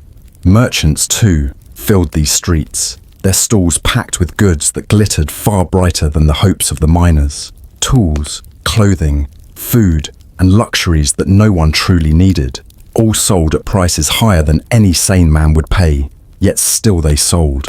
Gold dust passed hand to hand, exchanged for bread, for boots, for a moment of comfort. The merchants grew fat, while the miners grew thin, and the crowded streets made the contrast impossible to ignore. For many, despair came not in a sudden crash, but in a slow realization, carried on the sight of those streets. They saw men who had once arrived with the same fire in their eyes, now broken, their shoulders slumped, their pockets empty. They saw sickness walking openly, faces pale, lips cracked, bodies coughing as though the very air was poison. They saw men sprawled drunk in the mud, their fortunes lost to cards and drink, and they saw the merchants counting dust behind their stalls, the only steady winners in this game of survival. Women, too, appeared in these towns, though in smaller numbers. Some came with families, trying to carve out a life by running inns or cooking meals.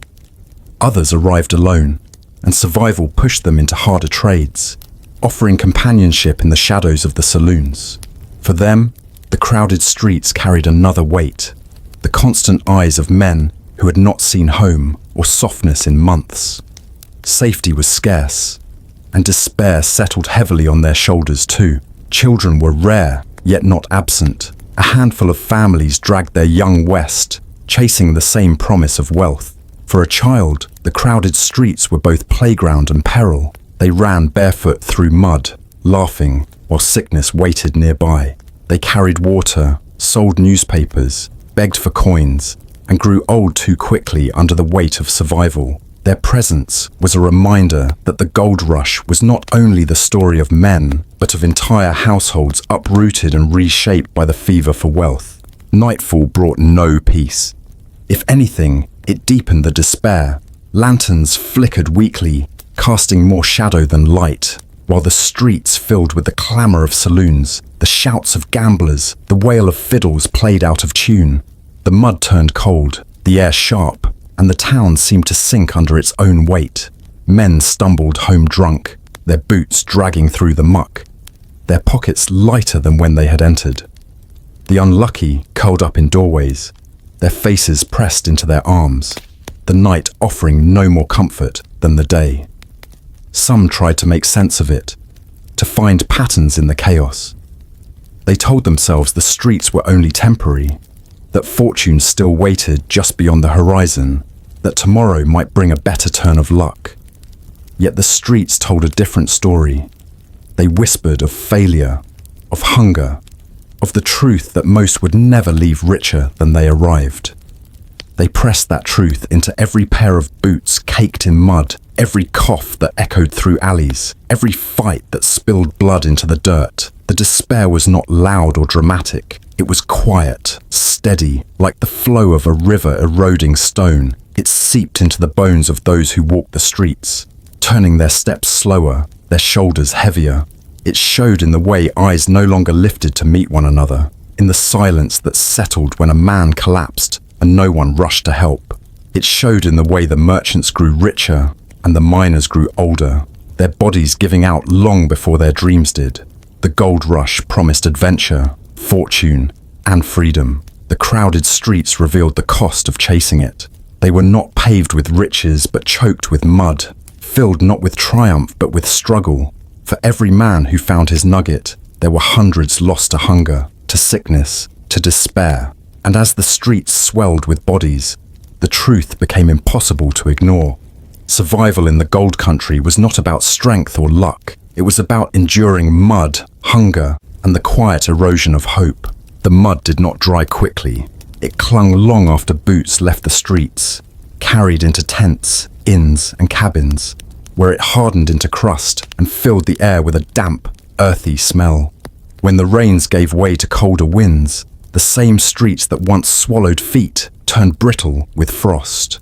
Nights grew longer, and the thin canvas walls or rough-hewn boards that served as shelter offered little defense. In such conditions, the body became fragile, and sickness waited patiently for its chance. Cold in the gold country was not like the sharp bite of winter in towns where fires roared in brick hearths and blankets piled high on beds. Here, it was thinner, quieter, more insidious. It slipped through seams in the canvas, curled beneath blankets, and settled deep in bones. A miner could lie beside a fire and still feel it on his skin, as though the night itself pressed its weight upon him. Breath froze in the air, beards stiffened with frost, and fingers ached even before tools touched them. Each dawn was a battle not against gold or rivers, but against the chill that seeped into marrow. The body weakened quickly. Hands cracked until blood seeped from split knuckles, making even the simplest task painful. Feet, constantly damp from the mud, blistered and froze, leading to infections that festered without proper care. Coughs echoed through the camps, at first small and scattered, then steady as a chorus. What began as shivers often ended as fever, and with fever came the unmistakable shadow of sickness. Illness travelled with ease in such places. Camps crowded men together, tents pitched close for warmth, air thick with smoke from damp wood fires. Each cough spread further, each sneeze carried on the draft that slipped between canvas seams. Fevers came suddenly, leaving men drenched in sweat by night and shivering by morning. Some could not rise again once sickness set in. They lay on their blankets, eyes glazed, their bodies too weak to continue. Medicine was scarce, and doctors scarcer still. A handful of apothecaries set up in towns, their shelves lined with bottles of powders and tinctures, but most offered little more than alcohol, laudanum, or herbs that dulled pain without curing the cause. Quinine was precious, but rare. Opium soothed coughs, but it dulled the will to fight. The sick often depended not on medicine, but on luck, and luck was as fleeting here as gold itself. The cold worsened what hunger had already begun. Men whose bodies were hollow from thin meals lacked the strength to withstand fever. Their skin hung loose, their ribs pressed sharp, and when sickness took hold, it consumed them quickly. Pneumonia was common, filling lungs with fluid until each breath rattled like gravel in a pan. Dysentery thrived in the filth of overcrowded camps, draining bodies already too weak to resist. Malaria, carried from swamps and stagnant pools, left men trembling in fits that wrung them dry of energy. The weight of sickness was not felt only in the body, but in the spirit. To hear coughing from every corner of the camp, to watch friends grow pale and weak, to bury men in shallow graves when the ground was too frozen to dig deep. It pressed down on all who remained. Hope, already thin, cracked under the strain. Men arrived seeking gold, but many found only illness that followed them like a shadow. Those who did not fall sick often lived in fear that they soon would. Each chill, each ache in the bones, carried the suspicion that it was the beginning. A miner might rise one morning with a sore throat, and by night be coughing blood into the dirt. No one knew who would endure and who would falter. The uncertainty was its own torment, turning each cough from a neighbor into a reminder of how fragile the body truly was. Some tried to fight the cold with layers of clothing, though most had little more than what they had carried west. Wool was scarce, and blankets wore thin quickly. Fires offered temporary relief, but fuel was limited, and damp wood smoked more than it burned. Nights often ended with men huddled together, their bodies pressed close not from camaraderie, but from the desperate need for warmth. In the silence of those nights, broken only by the crackle of weak flames and the hacking of sick men, the cold seemed endless. There was a cruelty to how illness spared no one. The strong fell as easily as the weak, the young as quickly as the old. Fortune at the rivers did not grant protection. Gold dust in a pouch could not stop fever from burning through a body. Merchants, gamblers, miners, even doctors themselves, all felt the weight of it eventually. The camps that once buzzed with ambition grew quieter, punctuated by the sound of coughing, the shuffle of boots carrying bodies to burial. Yet life did not stop. Even as sickness spread, men continued to rise at dawn, shovels and pans in hand, driven by the thought that maybe today the river would yield enough to make it all worthwhile. Work carried on with aching bones, with fevers half hidden, with lungs too weak to draw a full breath. To stop was to accept defeat, and many refused until their bodies gave them no choice. The sight of men collapsing in the rivers, their tools slipping from numb hands, was common, and each collapse carried the unspoken truth. Survival here was not promised. In the towns, sickness took on another shape. Hospitals of canvas and wood sprang up, crowded with cots, their air thick with the smell of sweat, blood, and burning herbs. Nurses and doctors worked tirelessly, but there was little they could do. The sick lay shoulder to shoulder, their moans blending with prayers, their futures uncertain. Outside, the streets continued their chaos, but within those makeshift walls, the true cost of the gold rush revealed itself. The cold, indifferent and steady, made each day harder. It weighed down clothes, slowed hands, clouded minds. It stripped away the last defenses against sickness, leaving the body open to whatever ailment struck next. Survival meant not just finding food or earning enough to pay for shelter, but enduring the relentless press of chill air and the illnesses that followed in its wake. By spring, when the ice thawed and the mud returned, many were gone. Graves dotted hillsides, marked only by rough wooden crosses or stones piled hastily. The names of the dead often vanished with them, remembered by few, if at all. What remained was the memory of the weight, the way the cold pressed against skin. the way sickness spread through camps like a tide that could not be held back. The gold rush had promised riches beyond imagining, yet for countless men, it delivered something else entirely. The quiet, suffocating heaviness of illness in a land too harsh to forgive. The rivers might sparkle in daylight, but beneath thin blankets at night, surrounded by coughing, shivering bodies, the truth was unavoidable. The weight of cold and sickness was heavier than any shovel of dirt, heavier than any dream of gold. The tents that sprouted along the riverbanks were meant to symbolize beginnings. They were supposed to be temporary shelters, flimsy fabrics stretched over poles, patched with scraps of canvas or stitched together from old sails. For those who carried them across miles of dirt and stone, they were imagined as small refugees, thin-walled promises of safety after days of toil. But in truth, they were no stronger than paper in a storm, and no barrier against what waited when the campfires burned low. At night, the goldfields did not rest. By day, a miner might spend every ounce of strength turning over mud and gravel, straining his back and blistering his palms in the hope of seeing a single glittering flake. But after sundown, hunger, desperation, and envy stirred awake. Shadows lengthened across the camp, and within those shadows men remembered that not all fortunes were found by bending to the river. Some were taken by hand, by knife, by fist.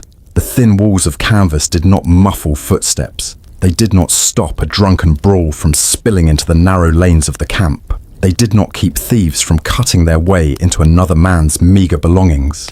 A tent, no matter how carefully pitched, offered only the illusion of privacy. At any moment, the flap could be torn open, and what little one had, tools, boots, a pan, a pouch with a few grains of gold, might vanish before the dawn. Violence was not always loud. Sometimes it was a shadow slipping between the tents, quiet as a fox, taking what hunger demanded and vanishing into the blackness of the trees. Sometimes it was a pair of figures wrestling in silence, one desperate to protect his claim, the other desperate enough to risk everything. And other times, it was sudden, a thunderclap of rage echoing down the rows of shelters, a curse shouted in a dozen languages, a fist breaking against bone, the glint of steel catching the firelight. Law traveled slowly to these places. The camps grew faster than courts could form, faster than sheriffs could be sworn in, faster than rules could be agreed upon. In their absence, men invented their own law. Sometimes that meant an informal committee of miners deciding disputes at sunrise, their verdicts enforced by threat of exile. Other times it meant nothing more than the law of the strongest, the man with the heaviest pick, the loudest voice, or the most companions at his back. To be weak was to invite harm, and to be strong was to live always with the danger of being challenged. Alcohol deepened the dangers. Casks of cheap whiskey arrived on muleback or by wagon, selling for prices that seemed absurd but were paid without hesitation. Miners drank until the dirt beneath their boots spun, until grief and exhaustion slipped into a blur, until restraint dissolved. Then quarrels that began with laughter and boasts hardened into insults.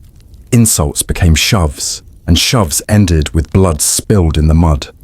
In the morning, the camp might find a body lying in the trampled ground between two tents, covered only with a torn blanket.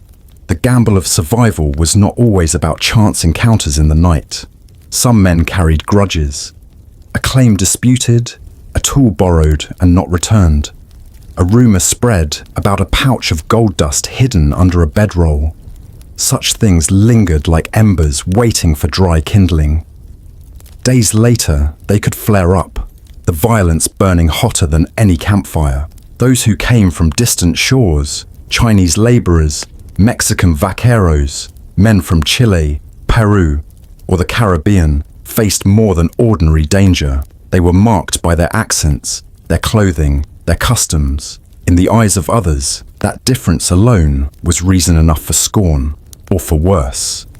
Harassment turned to attacks, and in some places entire groups were driven from their tents by mobs of jealous miners, convinced that the gold belonged only to them. To walk the camp at night as an outsider meant to carry the constant weight of fear, knowing that shadows held more than thieves, They held hostility sharpened into cruelty. Even those who thought themselves safe, men who had companions, men who had armed themselves, men who had claimed spots close to others, found that the shadows were never loyal. The friend who shared a tent might also share too much whiskey, and in his stupor decide that his comrade was hiding gold. The neighbor who lent a tool one day might, the next night, demand it back with violence. To trust was necessary, yet to trust was also to invite betrayal. The tents bore witness to these struggles. Canvas walls became stained, not only with the smoke of fires and the grit of dust storms, but with the marks of fights fought within them. A cut across the fabric told of a theft. A sagging pole hinted at a scuffle that left no one standing.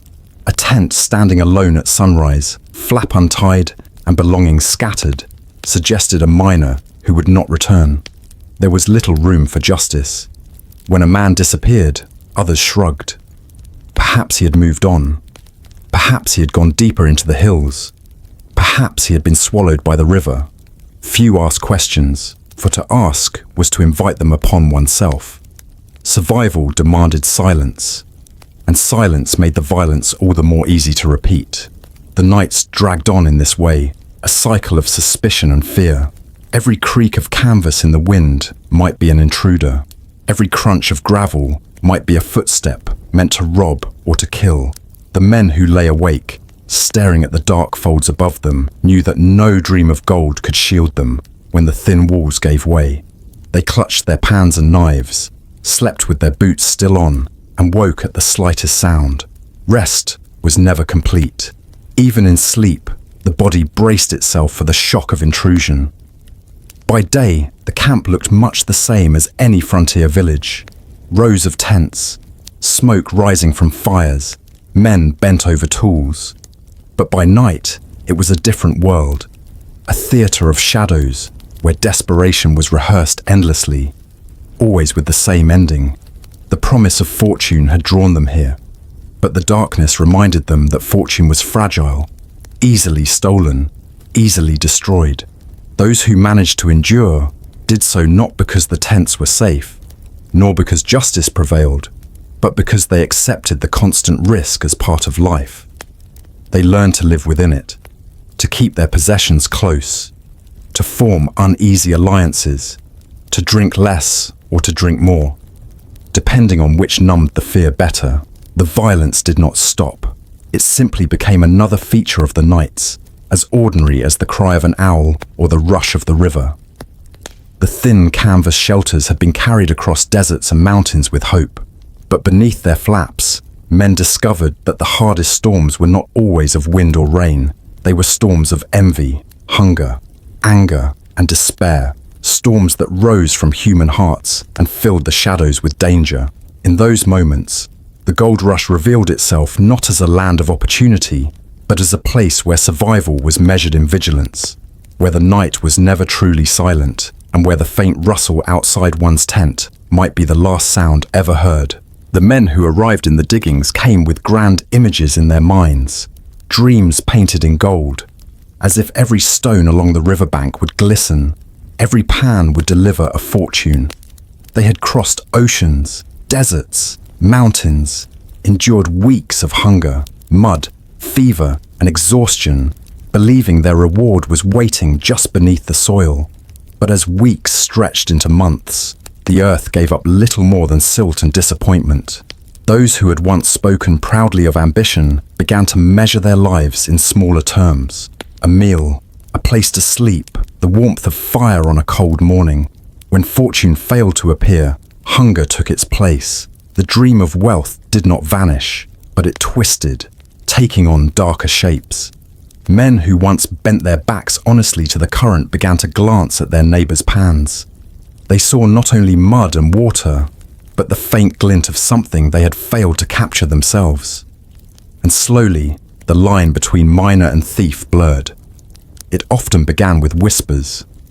A man who had worked a claim all day, who had rinsed his gravel over and over, might finally see a few bright flecks sink into his pan. By evening, as he carried his pouch back to camp, word would spread. Perhaps he had been careless and boasted loud in the tavern. Perhaps someone had simply seen the way he held the pouch, tight against his chest, and guessed its worth. In a place where hundreds of men dug side by side with empty hands, such knowledge was dangerous. Once night fell, shadows followed him. At first it might be small, the sudden loss of tools left by the tent, a pan carried off, a blanket stolen. These things could be chalked up to bad luck or to carelessness, but often it did not stop there. A miner who seemed to have struck even a modest patch of luck would find himself watched more closely than he realized. And eventually, if his gold seemed too real, too steady, someone else would decide that fortune could be taken faster than it could be dug from the earth. The thieves were not always strangers. Sometimes they were the very companions who had traveled west together, sharing the same fires, splitting the same hard bread. Hunger tested friendship, and gold tested it further. A man who had once guarded another's back might one day vanish into the night, carrying his partner's pouch of dust. By morning, all that remained would be footprints leading away from camp, fading into the hills. In some places, thievery grew so common it became an expected part of life. Men sewed their small findings into the seams of their clothes, hid them in hollowed-out handles of tools, or buried them beneath the floor of their tents. Some tied pouches around their necks, sleeping with them pressed to their chests. Yet even then, safety was never certain. A careless moment, a single heavy drink, a night of sleep too deep, and the treasure would be gone. Not every theft was silent.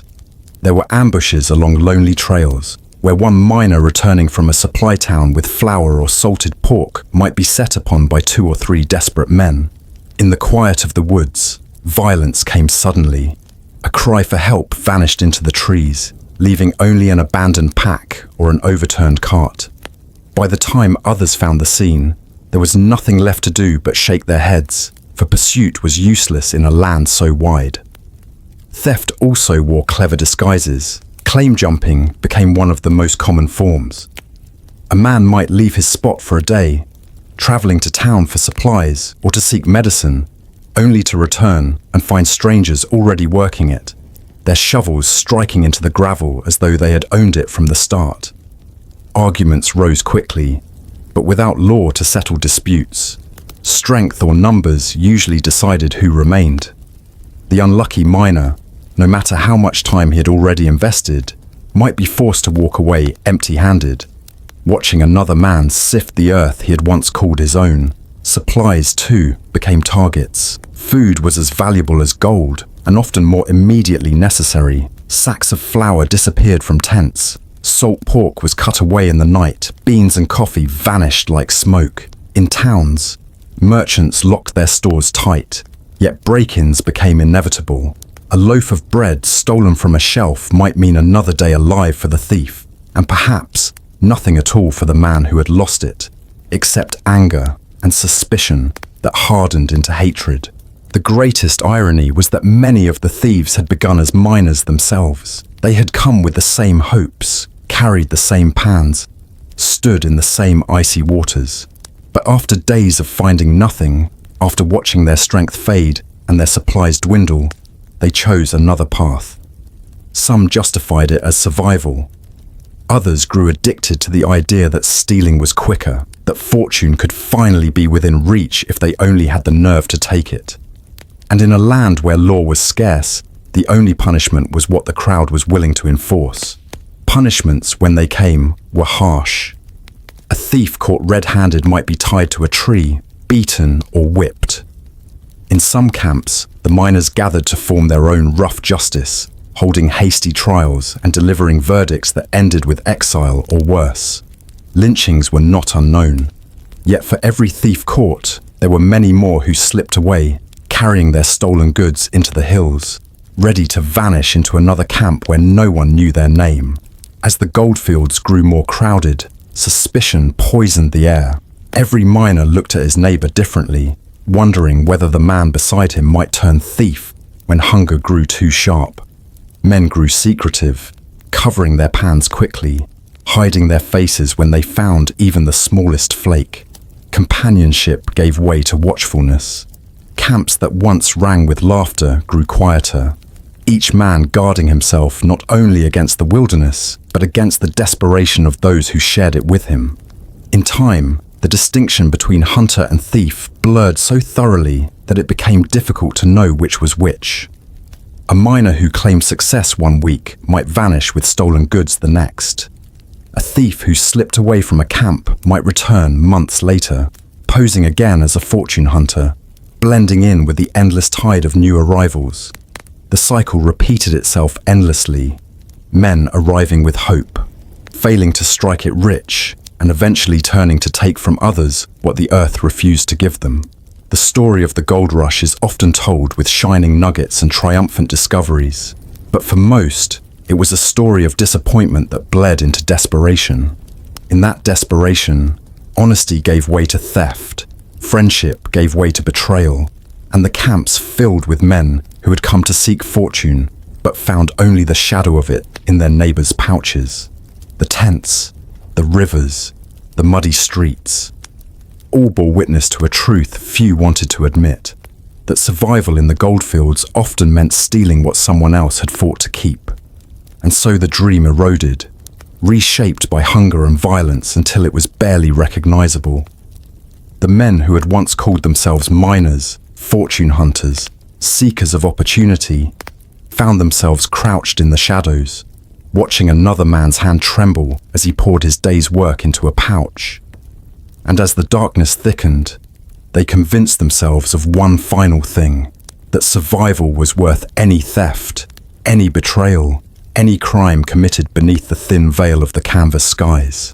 The mining camps that had begun as loose gatherings of tents and fires soon swelled into something larger, not quite cities, yet no longer wilderness. They became chaotic settlements that seemed to rise overnight, each one stitched together from timber, canvas, and desperation. Wooden shacks leaned against one another like drunks on an unsteady street. Roofs of tin or raw planks rattled in the wind. Walls cracked and warped by rain. Mud sucked at boots, pooling in every hollow, while above it all, a constant din echoed. Shouts, laughter, curses, the hammering of tools, the rattle of wagons. The promise of gold had created not only miners but merchants, gamblers, barkeepers, and all those who knew how to profit from men who believed fortune lay within their reach. Streets filled with stalls selling everything from pickaxes to boots to bottles of cheap whiskey, their prices swollen by scarcity and greed. Bread that had once cost pennies now demanded whole dollars. A shovel, nothing more than a strip of wood and iron, might cost as much as a week's wages. Those who came to dig for gold soon found that their earnings, when they had them, drained away into the hands of others before nightfall. Noise became the lifeblood of these towns. At every hour of the day, voices rose above one another, competing for attention. Hawkers shouted their prices, gamblers called for players, drunks bellowed songs that stumbled as clumsily as their feet. Fiddles screeched in taverns, boots stamped across warped floorboards, and in the narrow alleys fists slammed into flesh as arguments flared. Sleep was scarce, for even when night descended, the racket never ceased. Candlelight glowed from saloons long past midnight, spilling onto dirt streets where shadows moved restlessly, searching for trouble or simply trying to forget the hunger that gnawed at them.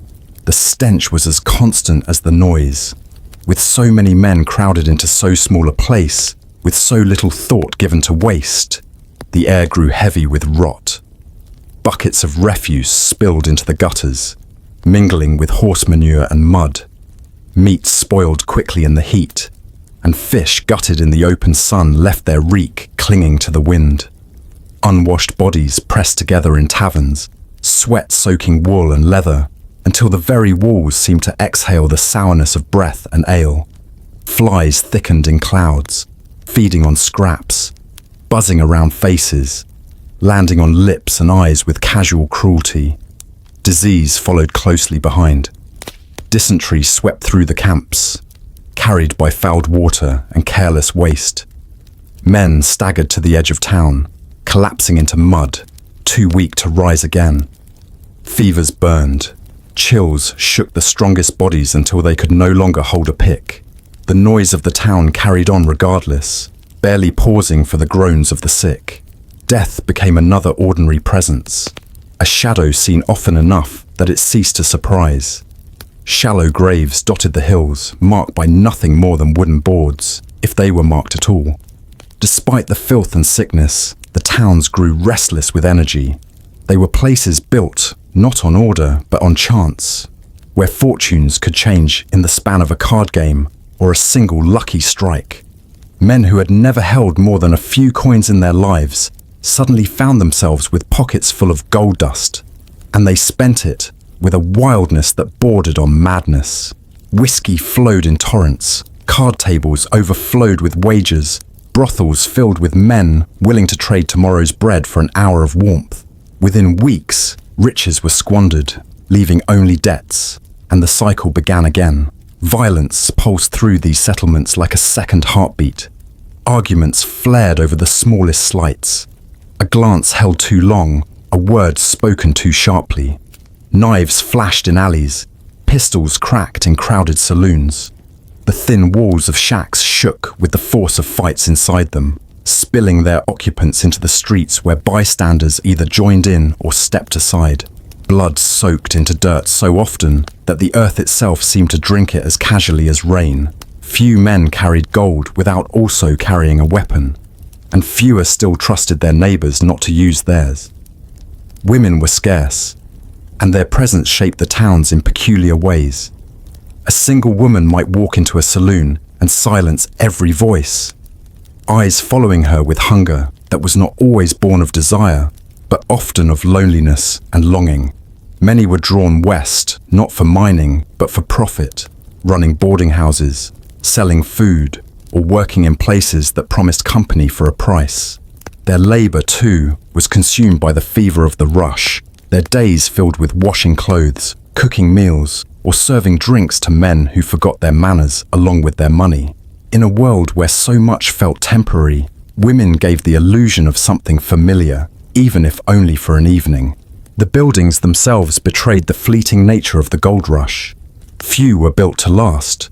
Rough timber nailed together without care, walls warped by rain, roofs patched with tarred cloth, all stood as symbols of a place made in haste, without thought for tomorrow. Streets widened only as wagons demanded, alleys formed by accident, drains dug shallow and already clogged. These towns grew like weeds, fast, sprawling, tangled, and like weeds, they withered just as quickly when fortune faded. Yet for all their decay, they thrummed with a peculiar vitality. A man walking down the main street could feel as though the entire world pressed in around him, each voice pulling at his attention, each hand reaching for his coin. There was no silence, no stillness, no moment to breathe. And in that endless noise, the promise of gold was both amplified and mocked. For even as men shouted of fortune, most knew in their hearts that they were sinking deeper into hunger and debt. The towns became traps as much as sanctuaries. Men who had once sworn they would only stay a week or a month found themselves still there years later, their pockets empty, their tools broken, their youth wasted.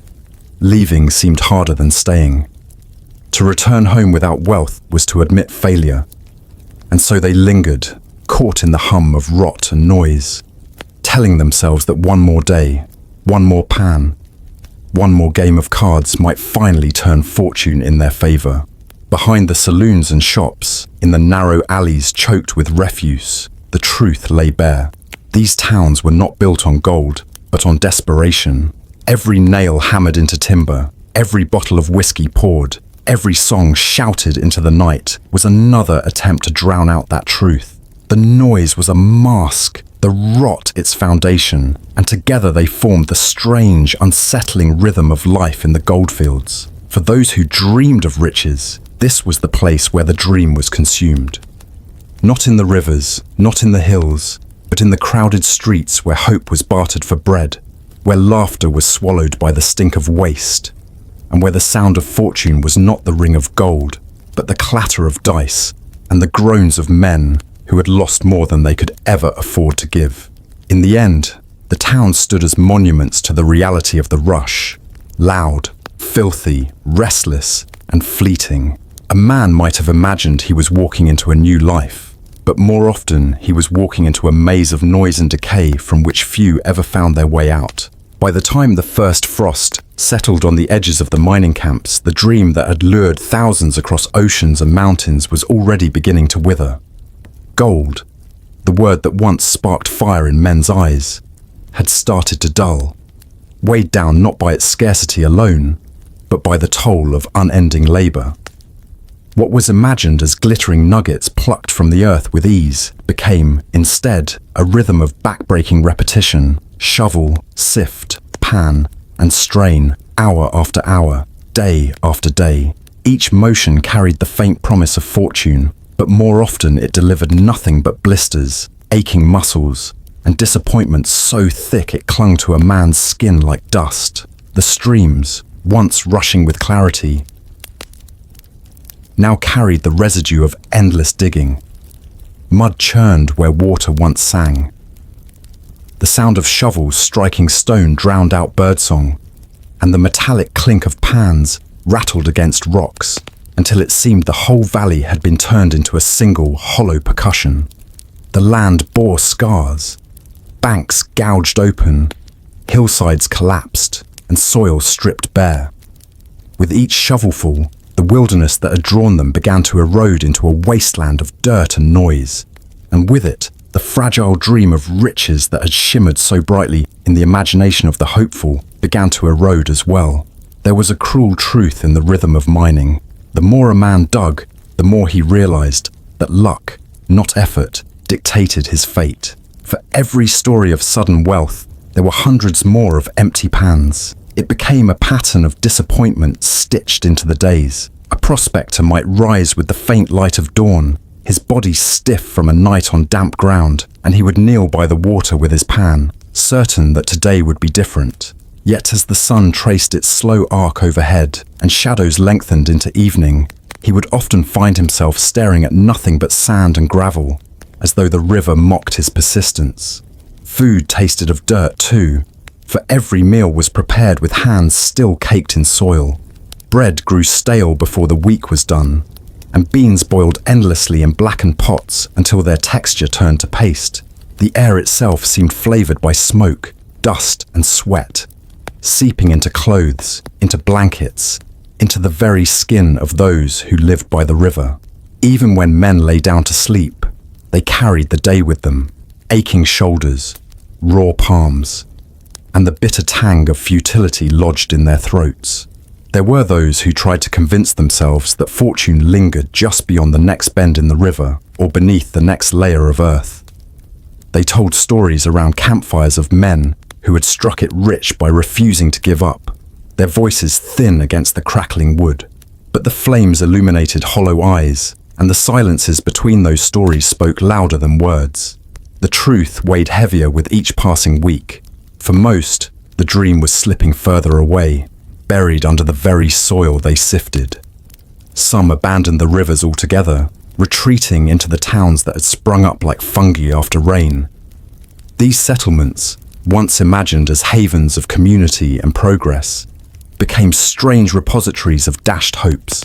Saloons overflowed with men trying to drown disappointment at the bottom of a glass, while boarding houses filled with the sound of coughing and restless shifting in beds too narrow to stretch out in. Streets, churned into mud by wagon wheels, swallowed boots up to the ankle. Yet even here, the rhythm of shovels and pans echoed in memory, a phantom sound that haunted men as they tried to forget. The dream had not vanished entirely. It lingered like a mirage on the horizon, but it no longer shone with the brilliance it once had. Instead, it flickered faintly, fading with each new hardship, each day of labor that yielded nothing. For some, the weight of it became unbearable. Tools were abandoned by the water's edge, shovels left rusting against rocks, pans overturned in the mud. Men simply walked away, their footsteps lost in the dust of trails leading anywhere but back to the diggings. They sought work in towns, on farms, or on the endless tracks of railroads.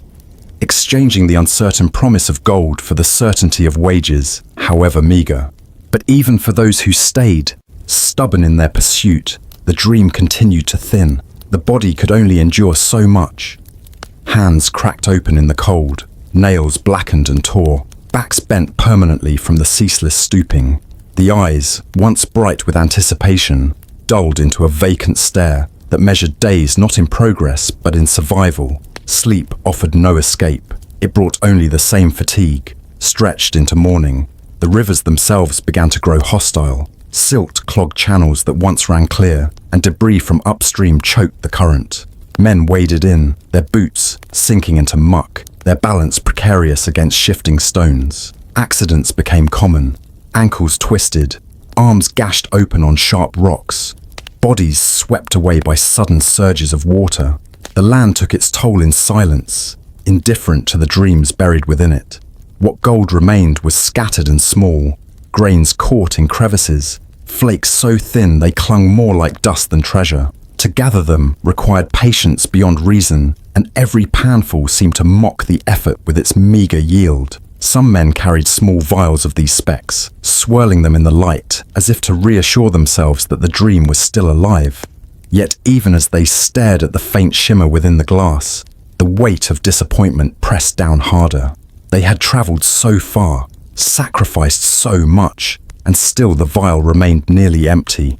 The dream faded not in a sudden collapse, but in the slow, grinding erosion of hope. Like the banks of the river wearing away under the weight of constant digging, the hearts of men were stripped of their shine, leaving only exhaustion.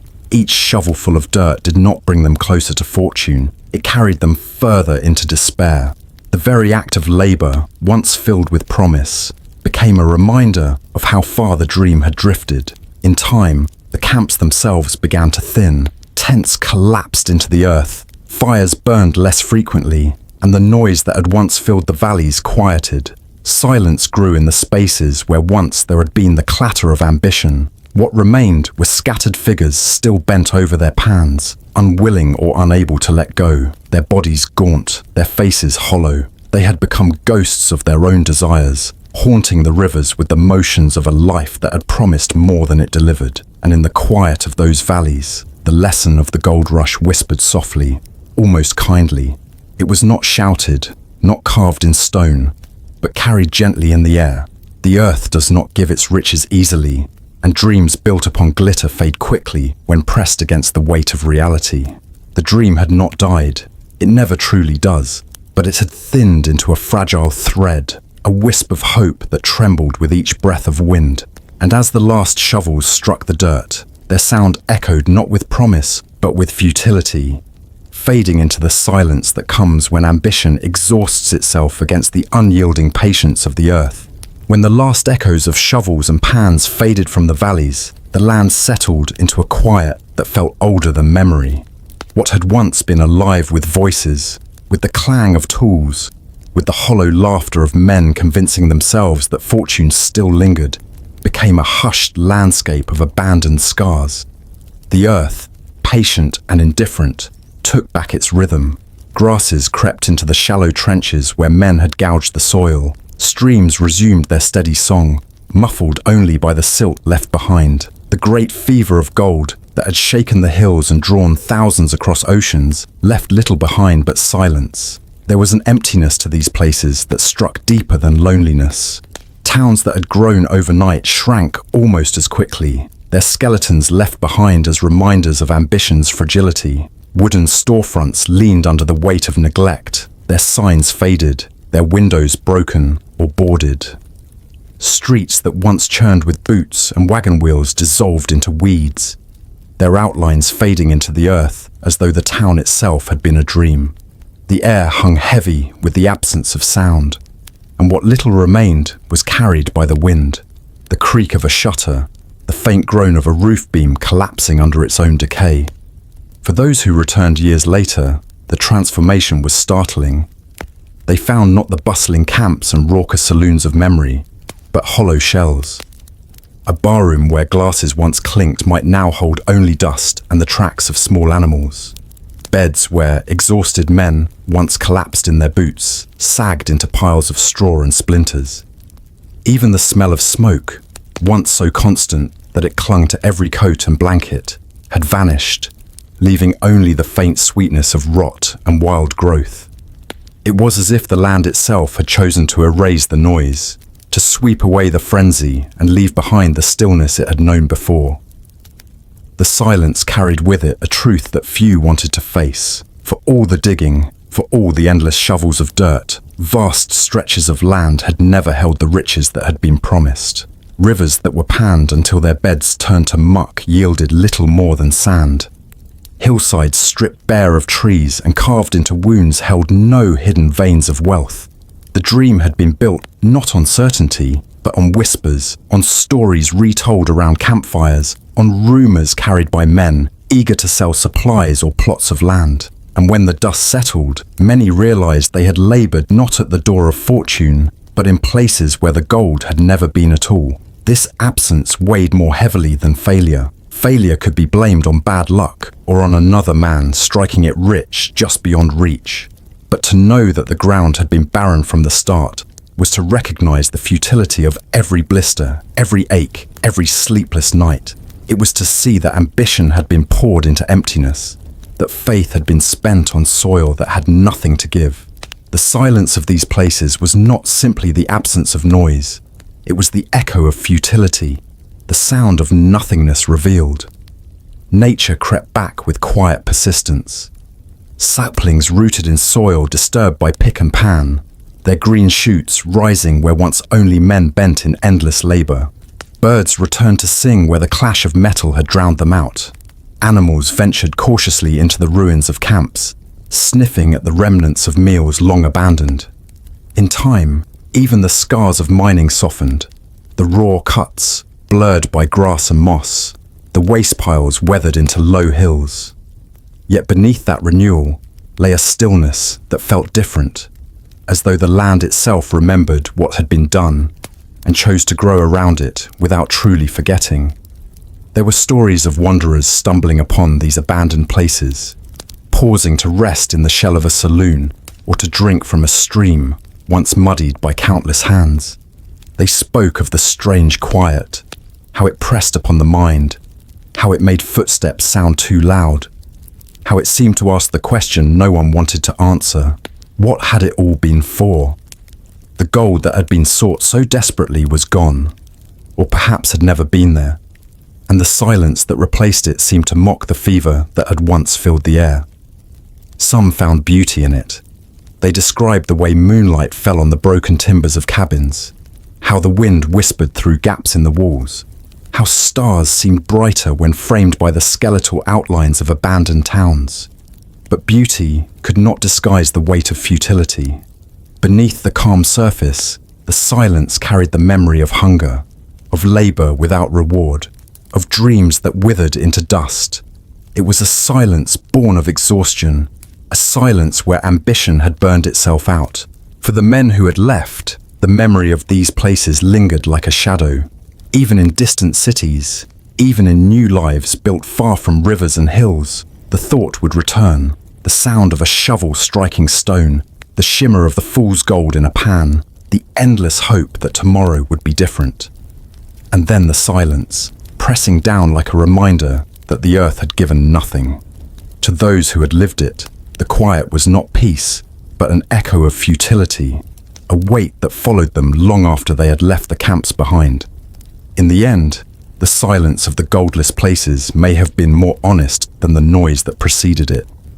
For the frenzy had been built on illusion, on promises whispered louder than truth. When the noise died away, what remained was reality.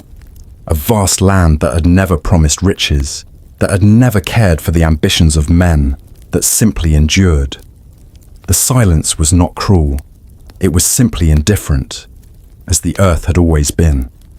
And so the story of the gold rush in those valleys and hills settled not into triumph but into quiet. The silence where the gold had never been became its own monument, not carved in stone, not written in books, but carried in the air, in the stillness, in the ruins left behind. It spoke not of fortune found, but of dreams spent and forgotten, of men who gave their strength to soil that held nothing for them. It was the silence of futility, of ambition fading into the patience of the earth, where the gold had never been. The campfire has long burned down to ash, and the noise of the goldfields has slipped into memory. What remains is the faint echo of hunger, the sting of cold, and the sound of picks striking stone where gold was never found. We have walked together through streets of mud, through tents where sickness and violence waited in the dark, through markets where bread cost more than dreams, and through rivers that gave more despair than fortune. Each step of the journey showed not just the promise of riches, but the weight of exhaustion, the silence of failure, and the truth of lives that were broken before they ever struck gold. And now, as the lanterns dim and the story grows still, I leave you with a quiet thought. Would you have endured such hunger, such loneliness, such endless labor for a handful of dust that slipped too easily through tired fingers? The gold rush was never a treasure waiting to be taken. It was a trial that few survived, and even fewer conquered. If these long shadows of history kept you company tonight, I invite you to join me again when the world is quiet and the past is waiting. Let me know what part of this weary road through the gold rush stayed with you most. The cold nights, the broken tools, the streets of noise, or the silence of empty rivers. Your thoughts, like these stories, carry further than you might imagine. And if you wish to wander through more of history's forgotten corners, where the noise is into stillness and the past whispers its lessons, then stay close. Subscribe to this channel and let the sleepless hours find their way back to you through stories such as these. Until then, rest easy. The search for gold is over.